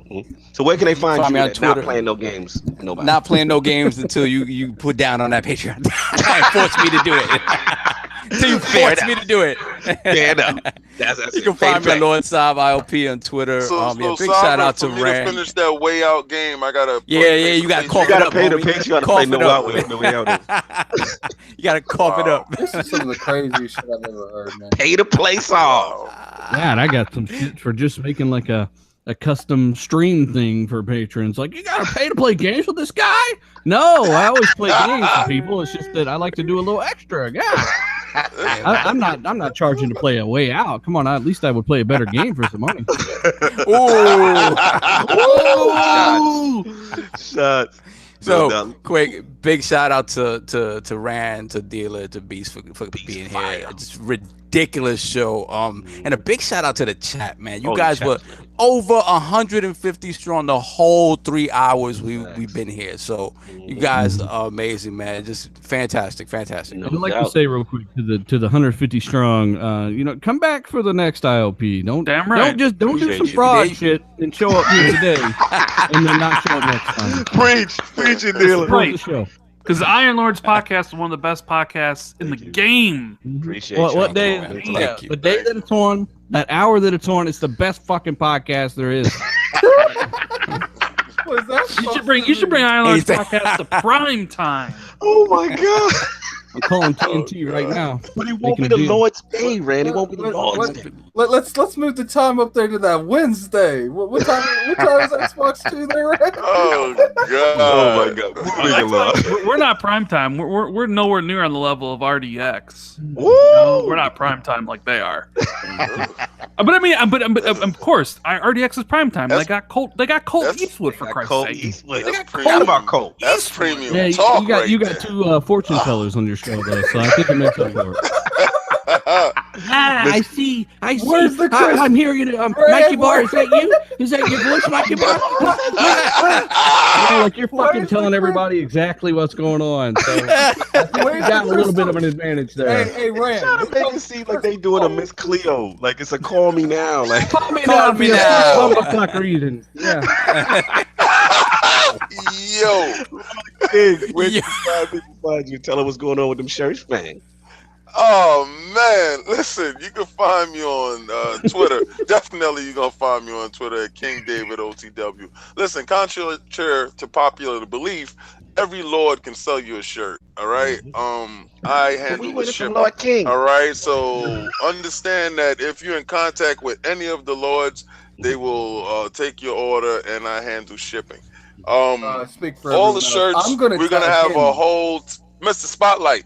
We're gonna have a whole segment of T-shirts and going through all that stuff and how to get it from us. So if you follow us, you understand pricing and everything. That's separate from this because we're doing Patreon today, and I want that to have its own spotlight. Thank you for everyone that has purchased shirts, that has contributed, that helps out ILP, that helps out the community. We're going to be in LA next week. We're going to be live streaming everywhere. Everywhere that you can find us, we'll be there. From the moment that I jump on the plane, I'm going to be live streaming to the moment I get off back in New York. I'm going to be live streaming. Okay. But all the support, thank you. All the 6 colorways is beautiful. Only the pink is a woman's cut. Yes. So I don't to the know ladies how out there. it We will got work y'all. for a guy. Ooh. If a guy wants a pink for himself, I don't know how it's gonna work for you. It's a woman's cut. He said Dylan wanted to pick. You're savage. I was hesitant in saying that because I knew he was gonna do that right there. I was saying that in a minute, man. I was about to the moment you opened that door, I was like, he knew Attic was messing with it. Yeah, finish up, man. We got to pay the bills. Listen, also at the same time, there's a free card giveaway, right? And each card that's going to be given out is going to have the logo and the name of each Lord. All right, but also on that card will be a coupon, and that's part of the raffle. We're gonna be doing a live when we get back to New York. That first ILP that Sunday will be live on air raffle giveaway for 3 games of your choice. I don't care if you play PlayStation, Switch, PC, Xbox, whatever. You win. It's your choice. It's your game. Y'all. Okay. So find us. Oh. One more thing. These are the special shirts. Okay. So if you catch any Lord walking around wearing this shirt, you show him that you follow the Iron Lords podcast. Any Lord, it doesn't matter. All right.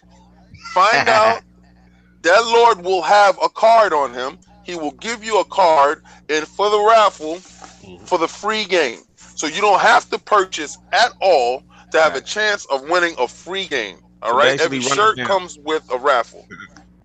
God, King David is putting some Da Vinci Code shit. God, that's a giveaway right there. Yeah. No doubt, man. Shout out to the people watching. I'm OCD, man. Like the podcast. I needed 100, man. I needed that. We need one more like, y'all. So pay the bills, man. We gotta get out of here. All right, guys. We're just gonna give our big shout outs to our Patreon supporters. Just saying, Rand and Billy, you can take off. Yeah, Rand, if you got to bounce, we don't want to get me out too long. But we got to pay the bills. You got to keep the lights on.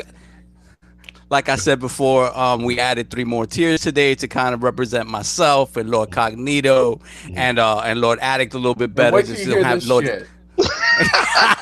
Language. Little Lords are still listening. We all know Lord Addict loves his tier. He loves it. So take a look at that. If anything that was there before didn't necessarily catch your eye, just take a look at those new tiers. And yeah, so just want to give a shout out to everybody who supported us from the jump. I'm gonna start off with Lord Michael Lugo. Thank you so much for your support, brother. You're in there every single day, every single week. You're in the chat. Yeah. All right. We got Lord Bill Stillwell. It's always an honor to have somebody in the industry just come out and rep like that. So that great honor to have him. Much appreciated. Then of course Lord Irrelevant Native, who's in the chat every single week supporting, buying IOP shirts. Thank you so much, Lord Native. Lord Spoon Man, again, always in the chat, always repping. Facts. Working out and listening. Yeah. And we go to Lord Cat Daddy Fat Stats. Daddy. Oh, I like that. Much appreciate all that love, right? Then we hurry up, man. Then we go to Lord Snail Killer, aka Diago Padrão. Thank you so much for the support, brother. We appreciate it. Lord Death Singer, again, you're in the chat every week. We appreciate all the love, man. And of course, last but not least, Lord Peter Leon. Thank you so much for all you've done. Peter Leon will be getting up with Lord Cognito to set up the time when he's going to be on the show. He's going to come on and do his greatness. Oh, and then Lord Death Singer, of course, he is going to be. He gets to write us the intros. He gets to do the whole thing, the whole shebang, the whole show. Oh, Lord, that's gonna be scary. The whole show. And Lord Diago Padrão, he's gonna be doing the intros. He's gonna have intros all to himself. So guys, get at Lord Cognito, myself, any one of us in the DMs to sort of set up all that stuff in terms of scheduling. And we'll definitely get that going. So let's get into these giveaways real quick. We're gonna start with the $10 giveaway.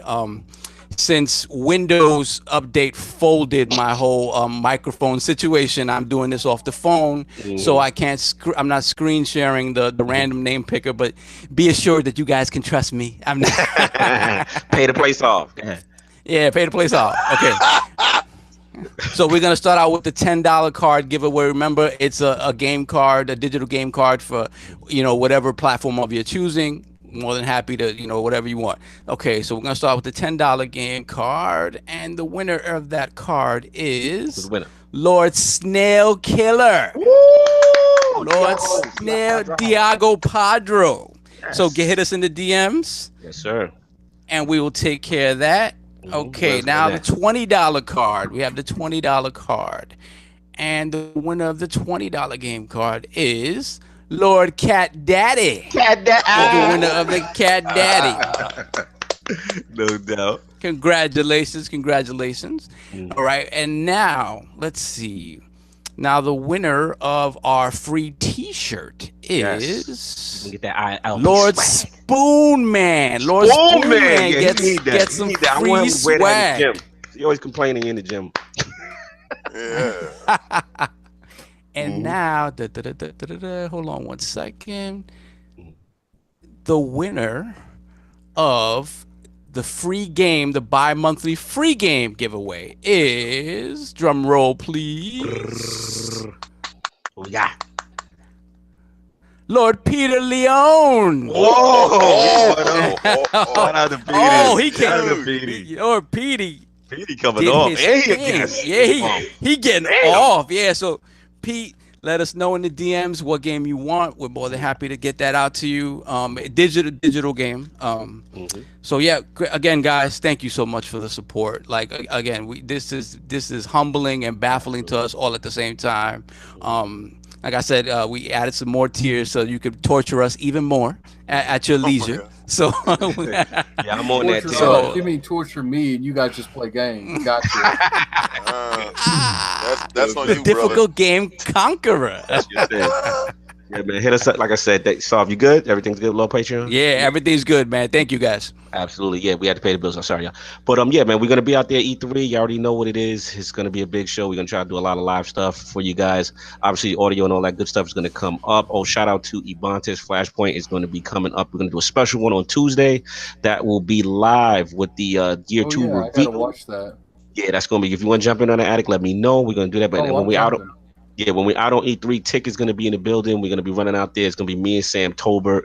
We're gonna be hitting the ground running, providing a lot of content, some stuff I cannot talk about right now. But please stay tuned to the channel. Lord King, you already know what's gonna be going down at FanFest. He's got a ton of things going on. Swag and Tag. Please follow us all over on social media. We got a lot of things. We're trying to make a huge presence there. Shout out to everybody in the chat. Again, Lord Dealer, Lord Rand, Lord Timdog, the Xbox Mafioso, La Console Nostra was in effect, baby. This thing of ours. That's what we had to do today. The dollars was dropped. Ran with one of the best personal rants ever.